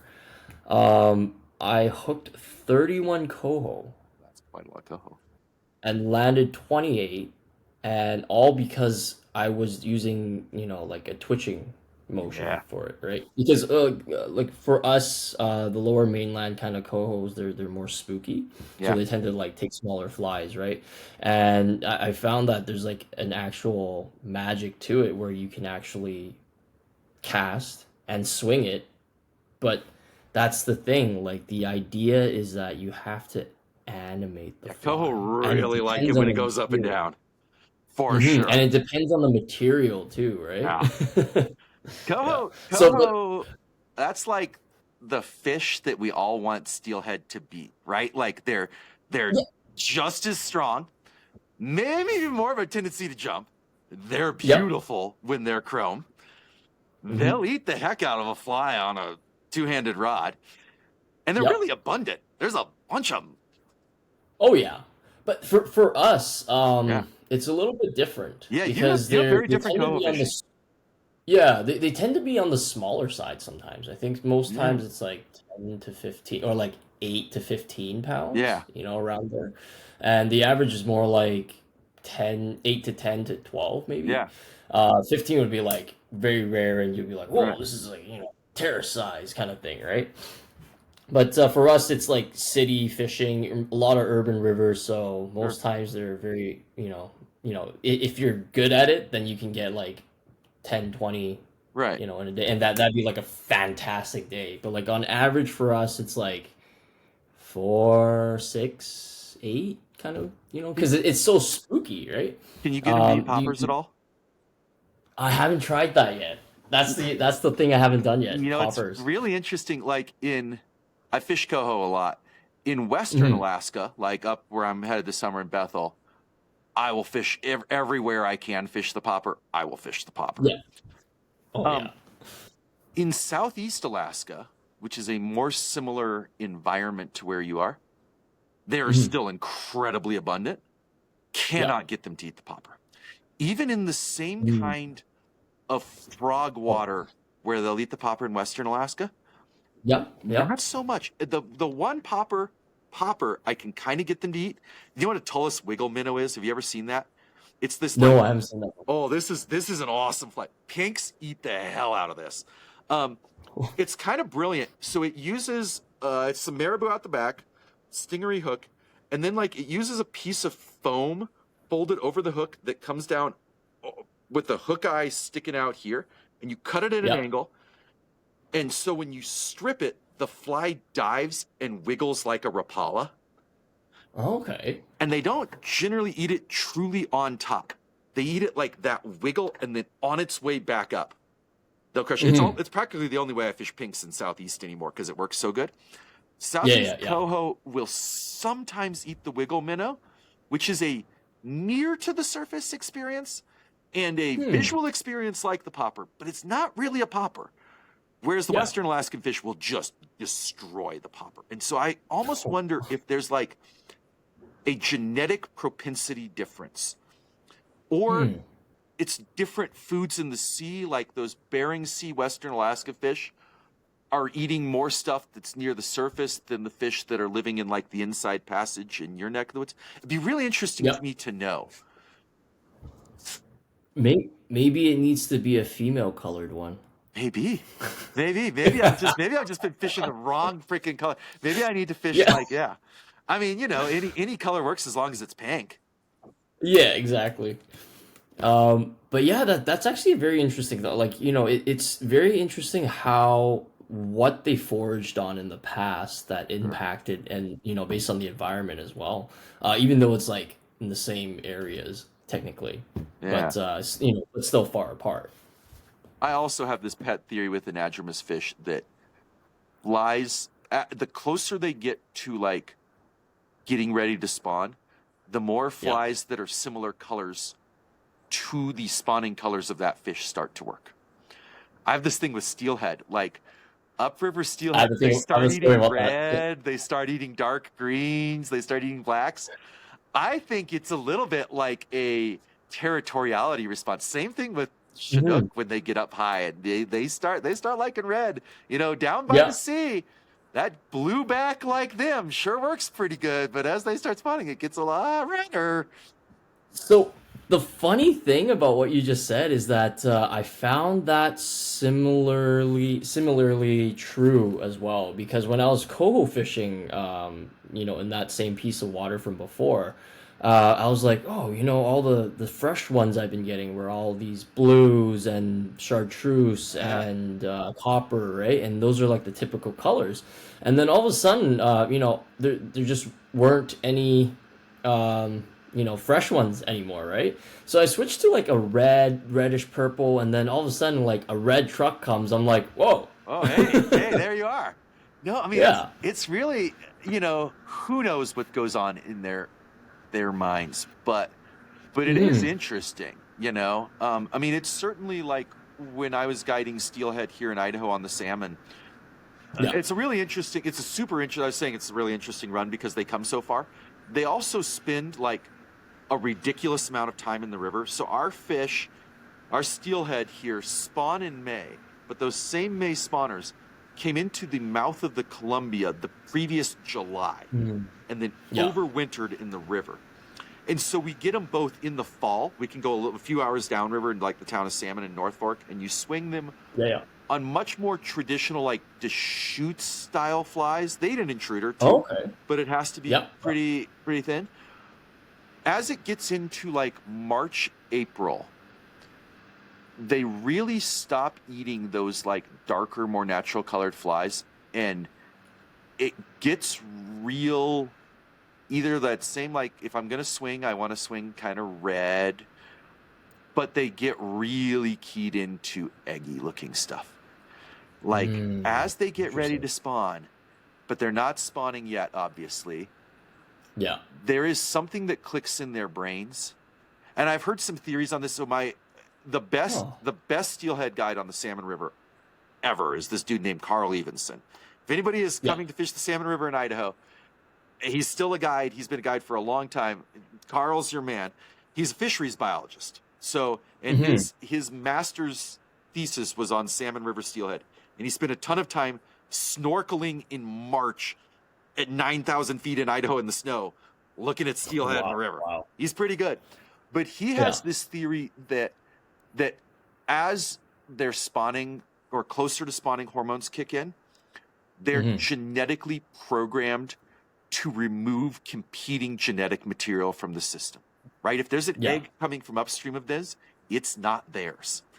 And so, like, once again, as you get higher in a system, fish that have been in longer, I start to notice beyond like colors like them, swung flies with a hot spot, right? Like start fishing really well, like a more general dark natural fly, but like an orange or a pink hot spot starts really kicking in.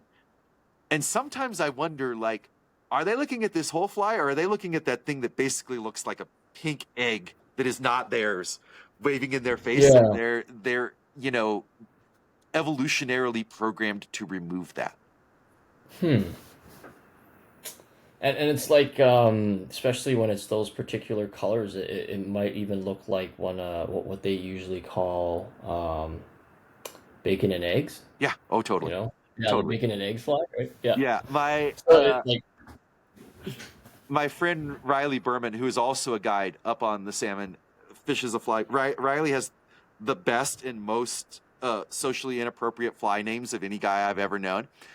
And he fishes this thing up there that's like it's basically a bunch of beads sticking on like squirmy wormy material. So they wiggle around off the back of the hook, and then some white marabou. And he calls it the insemination station. And it crushes early April fishing, Stanley. Oh, man. Oh, Matt, dude, you got to make a fly that's called, mouthful of milk. Yeah, mouthful of milk. I had a fly. I used to let clients name, like, if I had a new fly and the first client who caught a fish on it got to name it. And I had this steelhead pattern. These guys, I used to fish with these super fun group of guys from Salt Lake City who had been friends like since college. And they call this thing the Summer Love, which sounds like very, very nice. It was named after a hooker in Montana whose specialty was that she would do float trips. So you could like book her to float the Smith and then like bang her on the way down the Smith, apparently. Oh, wow. And like to be clear, they never actually did this, but it was this running joke in their group. She had a website. This is like back in the late 90s. And she had this like amazing 90s like Montana hooker who would do fly fishing float tips website. And so they named this beautiful looking fly after this like river hooker. Like it's a cool, like, it still makes me happy to pull one out of my box. Yeah. Oh, wow, that's a very interesting business model. Yeah. Hey, maybe we could incorporate that into Papa Bear. Yeah, maybe Papa Bear could. Yeah, maybe Justin could start. I don't know what in Bethel. That would be a very interesting lady. No, I mean, you should, going back to Papa Bear though, you should go up there and do a trip, man. Like, even if you didn't do a pack raft thing, just the regular old, like, it is such a viable thing. Like the Connecticut, right? Incredibly famous river, Alaska West. Like everyone who's ever been a really famous steelhead guide, swinging guided Alaska West. The Connecticut is like one of the most easily do-it-yourselfable rivers in existence. You fly to a big lake, you float for 100 miles out to the village, and it fishes super well all the way down. There is like covered in beautiful gravel bar campsites. You have to be able to row a little bit. Like, there's some sweepers, but it's not a hard river to read and figure out. Like, the big swinging pools are obvious, like giant bar gravel swinging pools. The like riffly rainbow trout water and side channels with the mice are like obviously rainbow. Like, and it's like, you can land in Bethel and you can be 2 hours later, you can be at Pagadi Lake at the top of the Connecticut, right? Like, this is doable. Yeah, and you have to like pack raft in a sense where you overnight a couple nights No, or you're something as overnighting. well. Like, the right time to do is about a week, right? Like, if you're going to Oh, go oh 100 wow, that's miles, perfect. do it for a week. Why do you want to rush? You want to fish, Yeah, you know? yeah. And it's beautiful. Are there like Watermaster style rafts There are available? definitely Watermaster style rafts would be Okay. fine up there. Yeah. Yeah, there's really no wrong watercraft for that. Now, if you wanted to do like Mhm. what I did, so like the tributary we came down was this river called Canookic Creek. Um, Okay. and it's a big tributary to the Connecticut. It's got a big beautiful lake at the top. But the Yeah. first like 4 miles of it are really, really thin. Like you could just, I guess you could float a big raft down it, but you would basically drag it for the first 4 miles. Right. And that would really Yeah. suck. But Hmm. you have like 15 miles of this trib, and it is loaded with very large Connecticut style rainbow trout that are swimming up out of the Connecticut that are not Yeah. getting fished every day or ever, right? Ever. Yeah. And it's a beautiful, beautiful little stream. And once again, does not take a high level of boating skill, right? Even in It's a pack almost raft. like tubing water in a Right, sense. totally. And you could Yeah. do it like if you didn't want to do any of the hiking stuff, and you wanted to fish that like swing water at the bottom of the Connecticut, it's just an alternative start, right? Like you hop in the little pack raft. He's got rental boats, and you do your first 4 days on Canookic Creek and your last 4 days on the Connecticut down to Quinnahock, which is a really cool little village. We talked about cool little villages, and and you saw a different side of that river that a lot of people aren't going to see. The Connecticut, though, I will say, like once you're on it, even though there are other people around, there's a reason that river is so famous. I mean, you may know this. The first outfitter on the river tried to keep it secret. He renamed it the Chosen River, so it didn't show on a map. For a while, Really? in the mid '80s, he had it to himself for a while, and the Duncan and Sons operation, and it kind of is the Chosen River. Like we had one night on the Connecticut this year where we tried to calculate the number of sockeye swimming past us, because we kind of just counted an average for a while, and we figured that it was about 15 every 30 seconds were swimming past us, because it's just this continuous stream of fish. And you're like, okay, so we're at a random spot on 100 miles of river. They're all headed to Pagadi Lake. This run lasts for 5 weeks, 24 hours a day. Every 30 seconds, 15 fish swim past you. You start doing the math on that, and then you add the coho and the chums and the pinks and the chinook and the sheer number of dolly varden. We jokingly referred to it one day. We were catching a few dollies, and then we hit what Justin called the dolly wall, where suddenly, if you wanted to, like swinging, you could swing a dolly every third swing, right? And big dollies. Oh, wow. And like it just like the sheer amount of life is just kind of mind altering, right? And that's just one of those rivers, right? Like there's a lot of those rivers. Yeah. And they are, once again, like, yeah, you can pay for the lodge and the jet boat and the guide. And if you've got the money and the time, you don't have to figure it out. You've got a great guide to figure it out. But if you're a guy like you who has thought like so deeply about every aspect of his fishing, you would not have a hard time figuring this out. And that figuring out for that personality type is part of the allure, right? Like the adventure and the cracking the code of like, okay, I'm on Canookic Creek and I have a little bit of beta. Patty scouted it, and like there's some good campsites on a map, but I've never seen this pool before. Almost no one else has ever seen this pool before, but it's a good looking pool. Bet you there's a fish in it. Let's string up a spay rod. Oh shit, that's a chinook. Like, that's an achievable dream for a fairly reasonable. I think Justin's price for flying into the Connecticut for the week, if you rented like the flight and all the gear from him, is like $3-ish grand for the week. Okay, yeah, that's not bad at all. Yeah, That's no. And he's a really For cool a dude. week's worth of fishing too. Yeah, a week's worth of fishing. And you get to fly. I don't know. The other cool thing about flying around, the other thing I love about Alaskan adventuring is like float planes. Beavers, like that's one of the coolest machines ever made. And he has this beaver that it it was originally owned by the United States Army in the 50s. They used it as a training plane. It didn't do Yeah. many hours.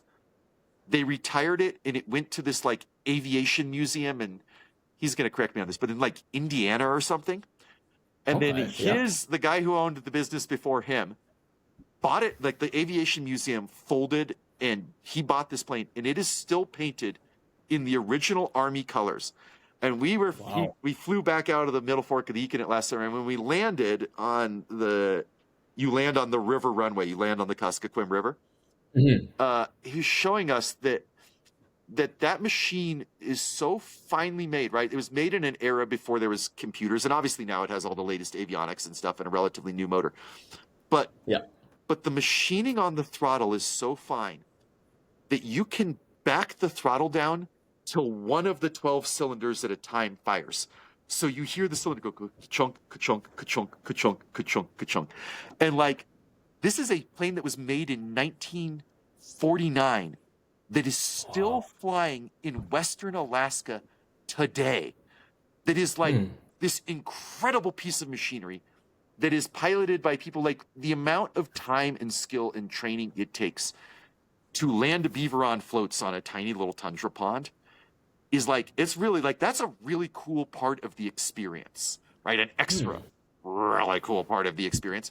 Whatever you're doing after that, and you fly through these beautiful mountains, and like, you circle down because there's a bear or moose, and like, once again, we've talked on this. The theme of this talk has been like the whole experience to the fine detail. Yes. Yeah. Oh, speaking of detail, this is usually one of the questions I ask about whenever anyone tells me a fishing story. But how was the bite? How was the bite? How was the bite? Yeah. Like, how grabby were they? Yeah. No, like for that Chinook. Oh, that story. Chinook. Oh, yeah. Clobbered it. Clobbered the shit out of it. Which is not always Chinook. They do that thing. So many of the times they do that, like, I think they're nipping at it, or that they're trying to stun it. You get that, like, thump, thump, nothing, deep pull. But it's not like the crazy, it's just like that weight. And then it's so hard. It's every year when I go up there and I've been fishing trout, and the move is to do nothing when they eat. It is so hard for me to do nothing for a hot sec. I'll rip it right out of the face. But it's not often they do that, like, hot chrome steelhead where they like just clearly there was no nip. They just crushed it and turned. That Chinook crushed it and turned. There was no doubt about what it was or what had happened. And that river is interesting in that it's one of the only rivers I've been on where sockeye seem to really consistently eat swung flies. We swung a bunch of sockeye. And were they taking like bigger flies too? Oh yeah. No, we had them eating Chinook flies. You could catch more of them swinging like a little fly, like the mini crystal shrimp. Like, if there's one fly that sockeye will actually like eat, it's a mini crystal shrimp. But I mean, I had them eating like big rabbit strip dirty hose and crushing it. And sockeye, that pound for pound, that is a strong, strong fish. But when that Chinook ate, I knew 100% it was not a sockeye. Yeah.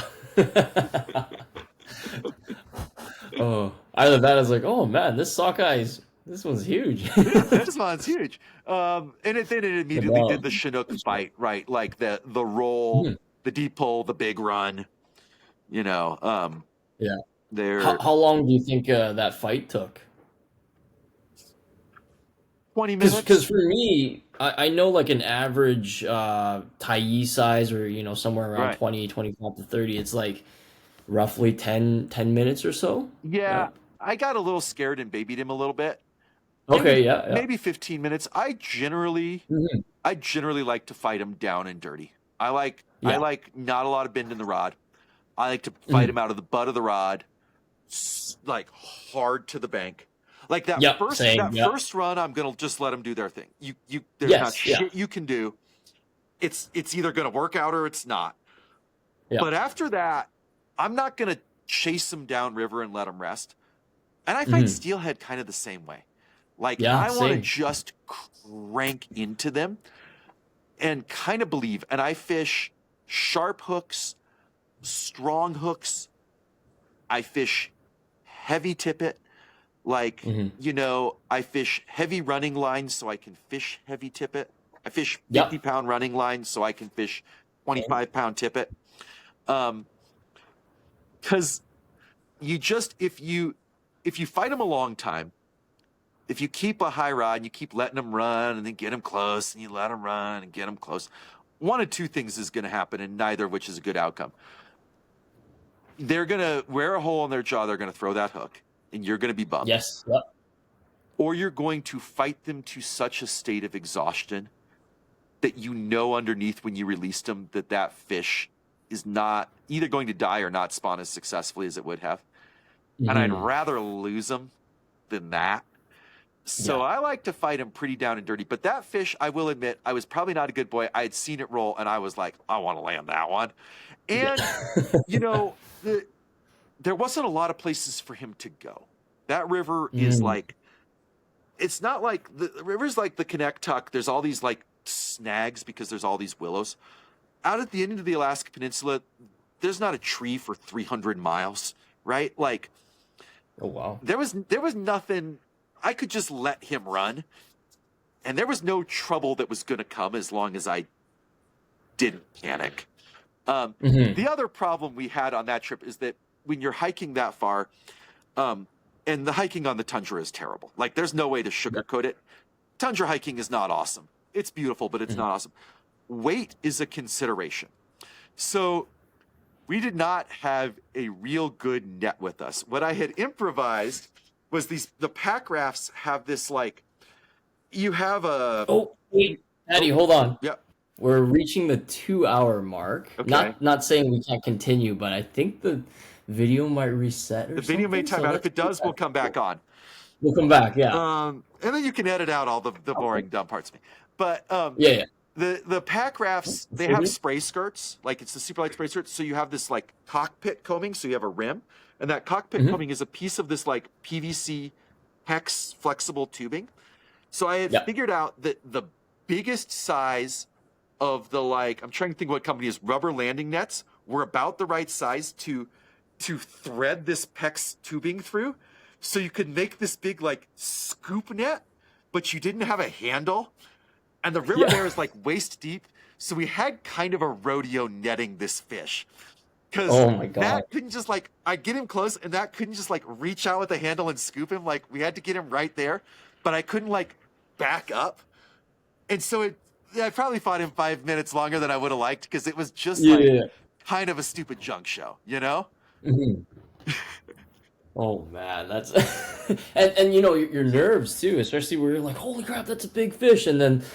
you have that rodeo show going on, and then you're just, I get that. The extra 5 minutes, still worth it. Well, and at the very bottom of that river, there's a lodge at the very bottom of that river down by the mouth. And so that was the first other people we had seen. And we got some good natured ribbing from as we got low the last day, and we ran into some of the guides in jet boats down there, and they saw our silly little net. We got a lot of nice net boys. Like, yeah, like, they got a nice bottom jet boat. They got this giant net with like an 8-foot handle, and we're like stringing this thing through. It was a little silly.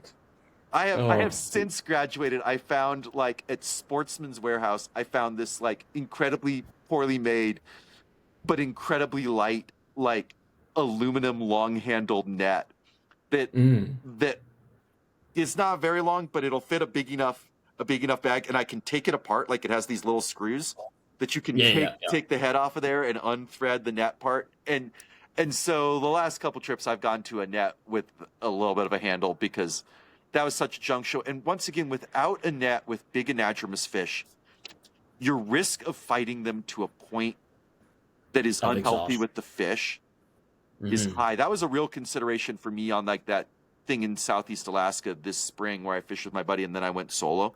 Like, some of the steelhead I hooked in that solo part, I was pretty stressed about landing them solo. Mm-hmm. And so there was one fish in particular that, like, I was fishing barbless hooks, that I got him close enough to see him, and then I kind of started throwing slack at him because I Mm-hmm. didn't really have a way to land him that didn't bring him into the potential of flopping in some water. And I wasn't real comfortable with him flopping in, Yeah. and Yeah. in those Southeast Alaskan creeks where the entire run for the year might be 50 fish, if you hurt one, you don't feel real good about yourself. Like, Mm-hmm.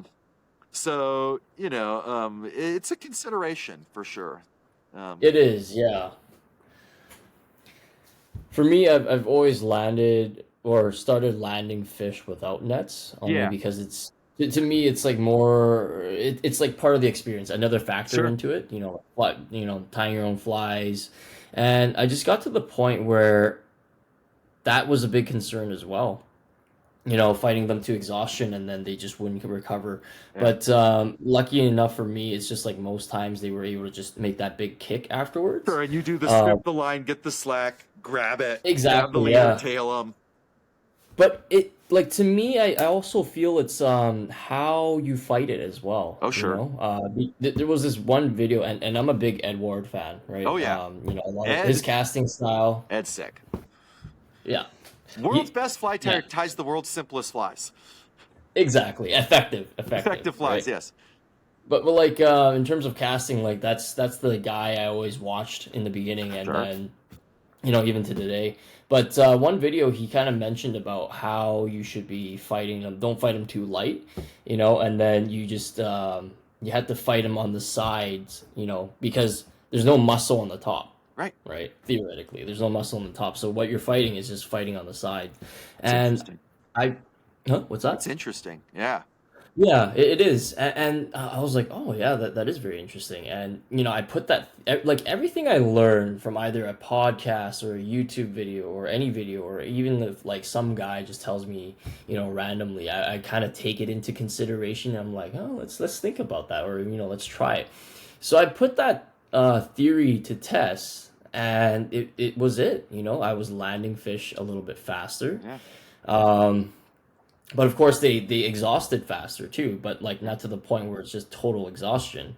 And I've noticed with Chinooks that after the initial few big runs that they have, you can actually dog them a little bit. Sure. So there's certain runs where they would just bring it to the side, like bring their head to the side, and it feels like they're going for another run. But as soon as you put the works to them and then you stop them, they kind of give in, and then you're back to reeling them in from that point. Yeah. I told my cousin this because it was like my cousin's name's Victor. He's gonna be in one of these podcasts I one was gonna say, day. where's Victor, man? Yeah, Round yeah, two, Victor. yeah. Round two, Victor. But he's like, oh, you're just kind of horsing him in, and then I'm like, I don't know. It doesn't feel like I'm horsing him in. It literally feels like they were trying, like the fish was trying to pull away to make that big run and go into the main current, but I didn't let it. And because it didn't have that ability to use the current, its own energy was just kind of depleted in that sense, and then you're just bringing them even closer. Sure. So I call them kind of fake runs. And the funny thing was, I applied that with my girlfriend last year on one of the rivers, and it was like her first, 20-pound Chinook, and it was like an exhilarating thing. And then I was kind of coaching her along the way. I'm like, yeah, like if they, in the beginning they're gonna run, and then at a certain point, if they are trying to take another run, and you could kind of pull them back from that, Yeah. do that instead, right? Yeah. Don't let them go for another run and just kind of bully them in a little bit. Sure. And, of course, the typical when you're about to land them and they touch sand, they just, they Yeah, they just don't go like away. that. Yeah, no, I don't like that either. No. They do not like that at all. Yeah, but yeah, that's kind of like one observation I had, and I just applied it to all the Chinook fishing scenarios and Yeah. even chums. Oh, yeah. They tend to do a lot of fake runs, and I in small rivers I actually use a three weight 10 foot three weight switch, throwing 175 to 200 grain commando, and I apply the same principle and I land them like within Well, three and that you four can minutes. fight them out of the butt, right? Like go Yeah, down low. The tip doesn't. That three-way tip doesn't matter because you're fighting them in a exactly. handle. Yeah. That's a Oh, not situation where even that. I'm still letting it bend, sure. right? But I'm just applying the pressure in certain areas where I don't let them go, and then I could still land them like really fast. Click and pawl reel or a disc drag? Uh, Most times this drag. Yeah. Click and paw, you definitely lose that That's advantage. you lose that. I was gonna say like that's a lot Yeah, of click pulling and right paw, there. you You lose don't that really got that advantage. advantage. Yeah. Yeah, you can't hold them as well as you want No. them. I definitely saw like a Trevor Kovich video one time where he talked about guys coming up to the Sandy with click and paws, and he was just like, "Don't do that. Like, Yeah, don't uh, do that. Like, just get a yeah.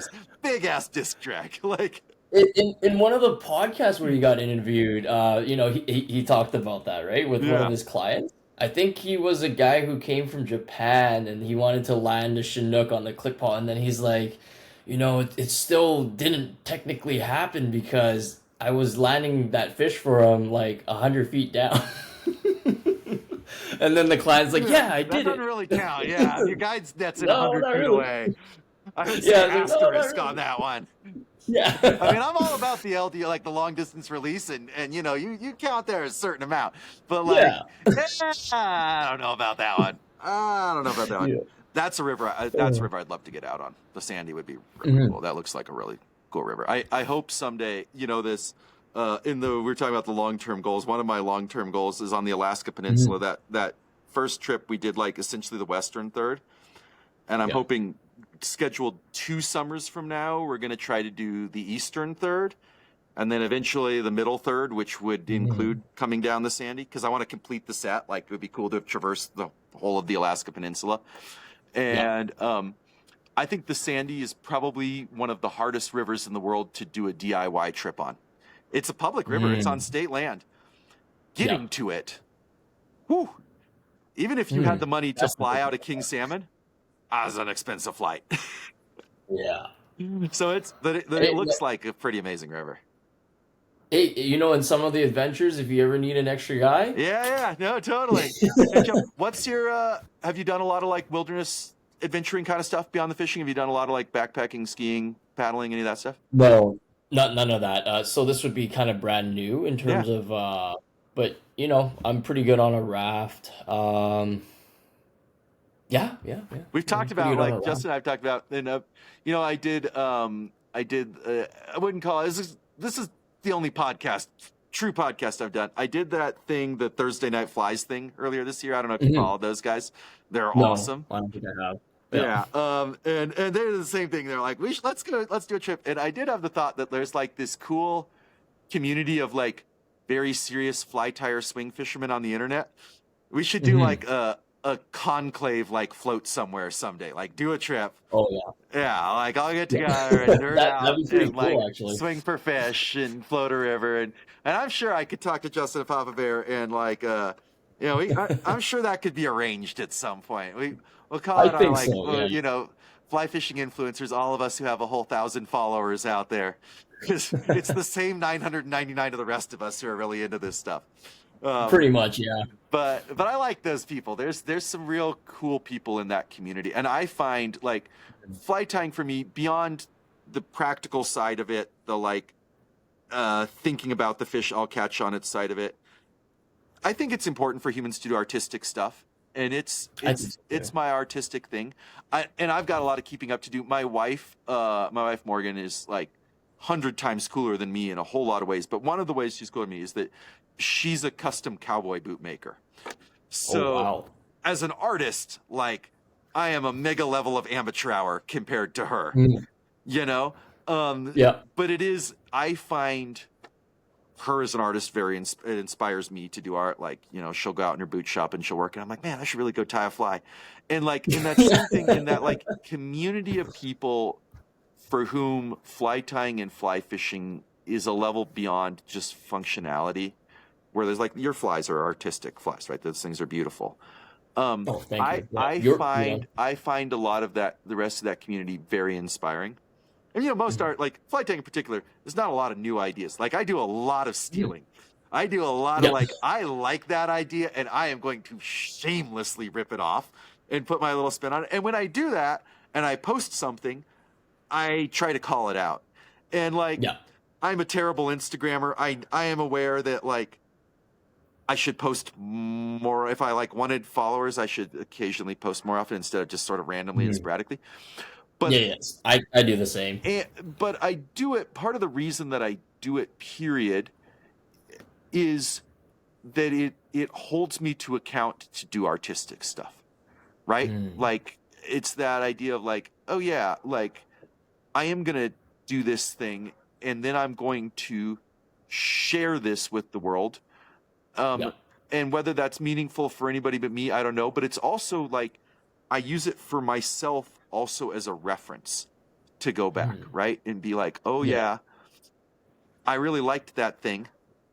And I lost it to a chum because I got real dumb with how I was fighting it. I've been And there. I went a little too hard to the bank, and it was a chum, a chrome chum, and I Yeah. forgot that it was a chrome chum. And what did I do with that thing? I kind of want to recreate part of that. And like Yeah. I'm physically incapable of like recreating the same flag twice, but it's also like I do also enjoy it to like look at my own personal like stylistic journey and then also reference back to that whole community of fly ties we're talking about and like Mhm. see all the references in my own tying to like all the other tires whose work I admire. And like Yeah. even if it's a different style, like the people who are doing the shit that is like a little over the top crazy, like I assume you follow Britta Fordyce, Seafly 907. I don't think so. Dude, go right now. Britta is the best fly tire in the world, in my opinion, right Oh, now. Is yeah. this woman, You gotta send me Britta it. Fordyce, man.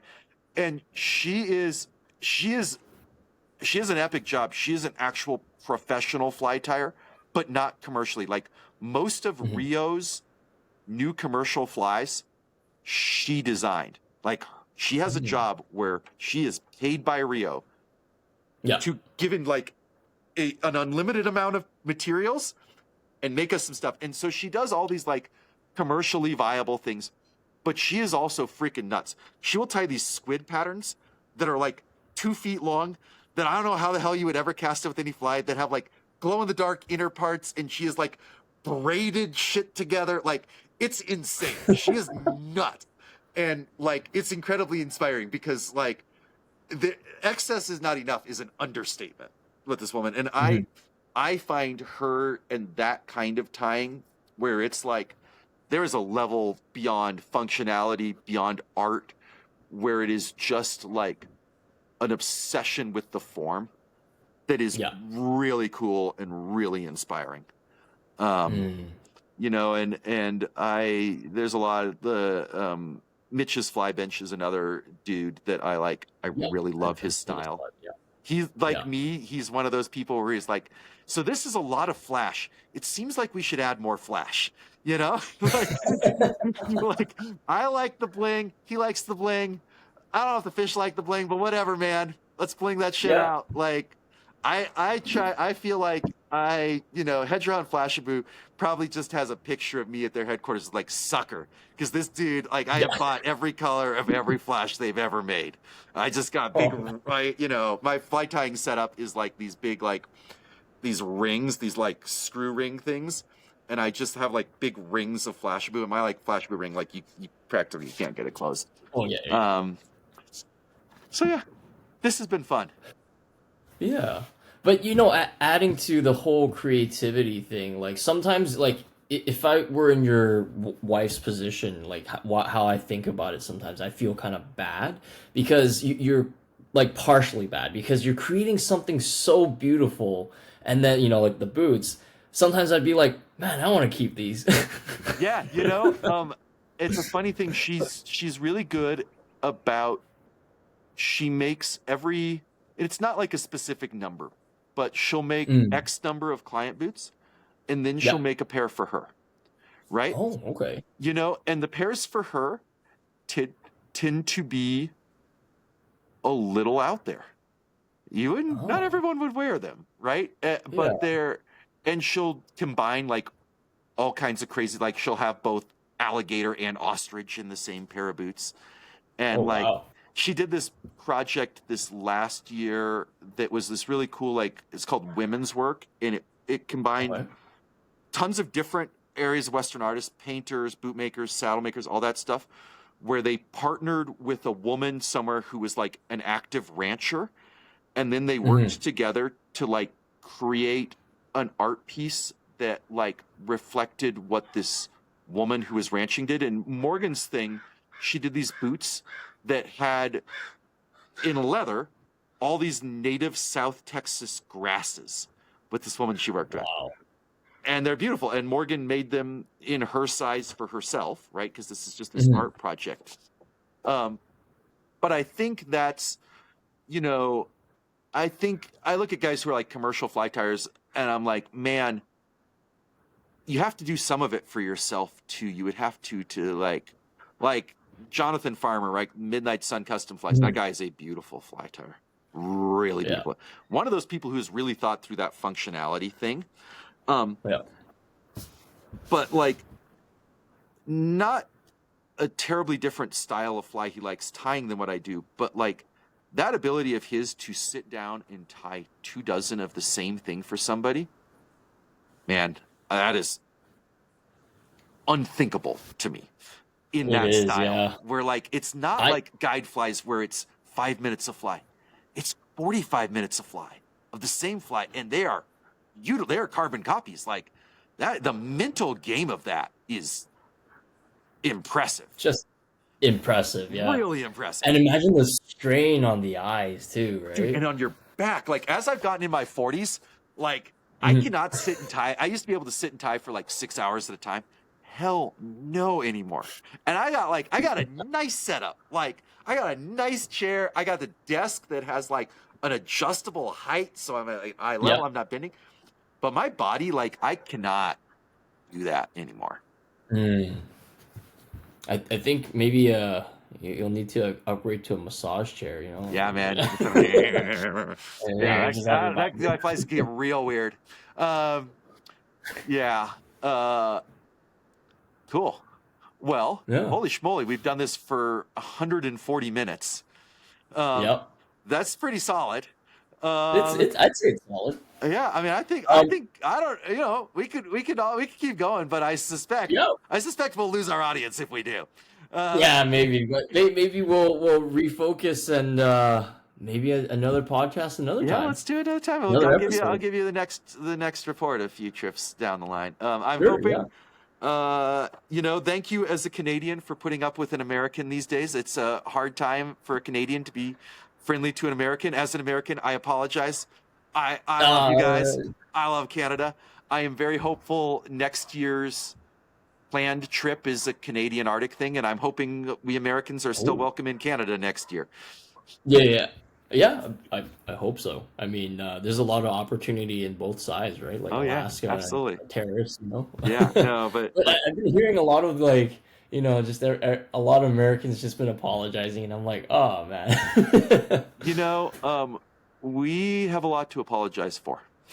Mm, Um, you know, um, it's all well and good to get to do all these really fun things, but you also need to like take care of the other people who are around you in your society at the same time. yeah. And Canadians as a whole do a better job of that than Americans, Mm, in my experience. You guys are so yeah. nice. How are you so nice? It's so cold up there. Is it like how like you just It's not that every bad. Canadian I know is just like Is the that Toronto or nicest freaking Calgary? person ever. I don't know. I think with that said, thank you. Yeah, thank you. Thank you. I hope this podcast is a big success for you. I think it's what you're doing. You're doing a little different format than a lot of other. If this is in any way indicative, and maybe you're gonna like look back at this one and be like, well, that was a mistake. And this in a year, this will No. be 50 guests on. This will be a very different podcast. But but I'm excited to listen to all the guests that come after me because I think you do a good job of this. I think this is going to Oh, be really thank you so interesting much. to see where it goes. And, and honestly, you as a first guest, I couldn't ask for anyone better just because, we haven't really chatted in real life or Yeah, anything, but you have a good sense of humor and, thanks. you're yeah, totally a nice guy, you know? I would have mistaken you for Canadian. Well, like I said, No. tell me a story is always a good way to get to know somebody. Exactly. And I kind of found that was like missing in a lot of the Yeah, podcasts, right? How you talked about Dave Cook, right? yeah. Uh, once you were getting to the juicy part and then it just like pulled the plug and I'm like, oh, a lot of moments like And once that. again, It I was love fun. Dave. Web Fly Swing's a great podcast. Yeah, But yeah, yeah. yeah, Yeah. But like for me it's always like, man, like one of the inspiration behind this as well, like the theme of the podcast is like every time I meet someone, like another fisherman or another angler, because I'm pretty active in terms of like selling my reels, a lot of the reels that I have, sure. a lot of them I just don't use anymore, and they're all just fly reels, right? Right. And as they tell me the stories, I always ask like all these set of questions, like, "Oh man, how was the take?" I love it. It's like, That how was should the be fight? like maybe that should be the actual title of this podcast. Yeah, how was the take, That man? was the take, man. You would uh, cover all your bases, Ray. It would cover all your bases. yeah, you gotta cover them all. But like beyond that, it's like, how was the take? Like, what kind of setup we're using? How Yeah. like what kind of fish? How many times did it jump? How did it like? Where did it take you? And what? Another one of the big things I always ask like myself personally as an angler, it's like, what did you learn out of that fish? Sure. Right? Yeah. Yeah. It's like there's so many moments where it's like, oh, like this fish got off because XYZ, and then for me, I kind of test it out too. I'll give you a short story. It's Yeah. like coho fishing, for example. You ever hook them in the maxillary area? Oh yeah. Have you ever noticed? Well, I'm not sure how they apply within the Alaska side of cohos, but like, have they when you hook them in the maxillary, do they tend to do this thing where they go upstream of you? Oh, I haven't specifically noticed that in relation, but I'll tell you what. Uh, I will have a lot of time to be in front of a lot of coho in the next month. Yeah, So yeah. everyone that goes upstream on me, I'll check if Hmm. it's a maxillary hook, and Yeah. I'll make a little check, and we can do some science here, Ray. We can see Yeah, we can do some science on that. Yeah. if you've got a theory that backs up. I was gonna say I've noticed they sometimes hook they do a little bit less of that coho alligator death roll thing when you have them right Hmm. beside you, which is like that is the Yeah. classic coho move. That is the It crux is. Yeah. of mass coho fishing. That's the problem with catching too many coho, is unhooking them and having them roll in the cuts to your fingers. Mm. That is the greatest challenge to catching a lot of coho is like finger maintenance over multiple days if you're catching a lot of them. I've gone to Oh, like athletic tape because dude. you'll just get messed up. So there's this one thing my friend told me. He was this super senior angler. Uh-huh. His name's Tom, and he's like, I think this year he's 79 or Oh 80, yeah. but He's he's getting like a older. lake fishing crazy phenomenon, dude. Like he's really good at it. But he told me bring crazy glue Oh yeah, no, because crazy glue, yeah, for sure. yeah, back in the day in Hong Kong, a lot of the nurses in the hospitals, that's what they use for the small cuts, right? Yeah. Because you can't really staple them or Yeah. anything, and you could always bring that out into the wilderness. Oh, it's in my Of first course, aid. clean It's it in my first. first aid kit right now. You use it. I Oh use yeah. it like if it maybe was something that you would need a stitch or two for, but you don't Yeah. want to give Uh, yourself you crazy glue it. That's a yeah. great idea though for finger fix. I hadn't thought of it for Mhm. that. I've used it. I've cut myself filleting a fish before and used it Oh yeah. out there. Yeah. But that's a good idea. That's a real good I idea. had some rad moments too where I'm like, oh, where's the crazy glue? Where it's like kind of a big chunk that came out. I'm like, holy fuck. Okay. No, But yeah, yeah, you're like like, it fixed it. temporarily. And you get like the bacterial load in those rivers when there's all those dead fish. Like the ability to get infections from that is Very high. very real. Very real. But of course, like clean the wound Yeah. and everything. Like that's Yeah. always a must, right? Yeah. Yeah. Totally. Oh, but like adding to the coho scenario, for me, whenever I hooked into the maxillary, I tend to have this. I don't know if it's a jinx now, but like when they go upstream from me, they pop off. So I always give this impression like, oh, if I hook them in the maxillary, there's basically a 30% chance of it getting off. That's interesting. That's I don't know really why, but interesting. like if I bring the rod to a certain angle, then it just goes doink and then it just comes off. But I don't know if they're going upstream to relieve the tension, Right. because as they're going upstream, like most times we kind of don't react in a way where it's like, oh, let's tighten up, right? Or like we can't really do that because they're already upstream and so close to us already. So I don't know. Yeah. Test it out. Yeah, Maybe I'm gonna test it further. out. I'm gonna do some science for you. Yeah, do some science. But yeah, Patty, thanks for coming on to the podcast and making such a memorable first episode. Right on. Ray, it was a pleasure, man. It was a lot of fun. I agree, for sure.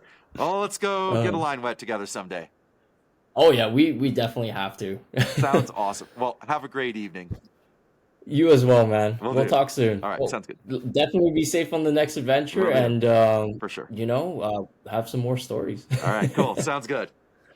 All right, Thanks, man. Hey everyone, thank you for listening or watching this first episode of Fly Fishing Waters. We're very excited to keep going on with this podcast or YouTube videos, and it's been a lot of fun. So please like, share, and subscribe if you've enjoyed what we've been doing so far, and we'll keep going. We're always listening to feedback, watching the feedbacks in terms of comments, and always looking to grow. If you have any feedbacks, please let us know down below in the comments, and give us a thumbs up. Thank you.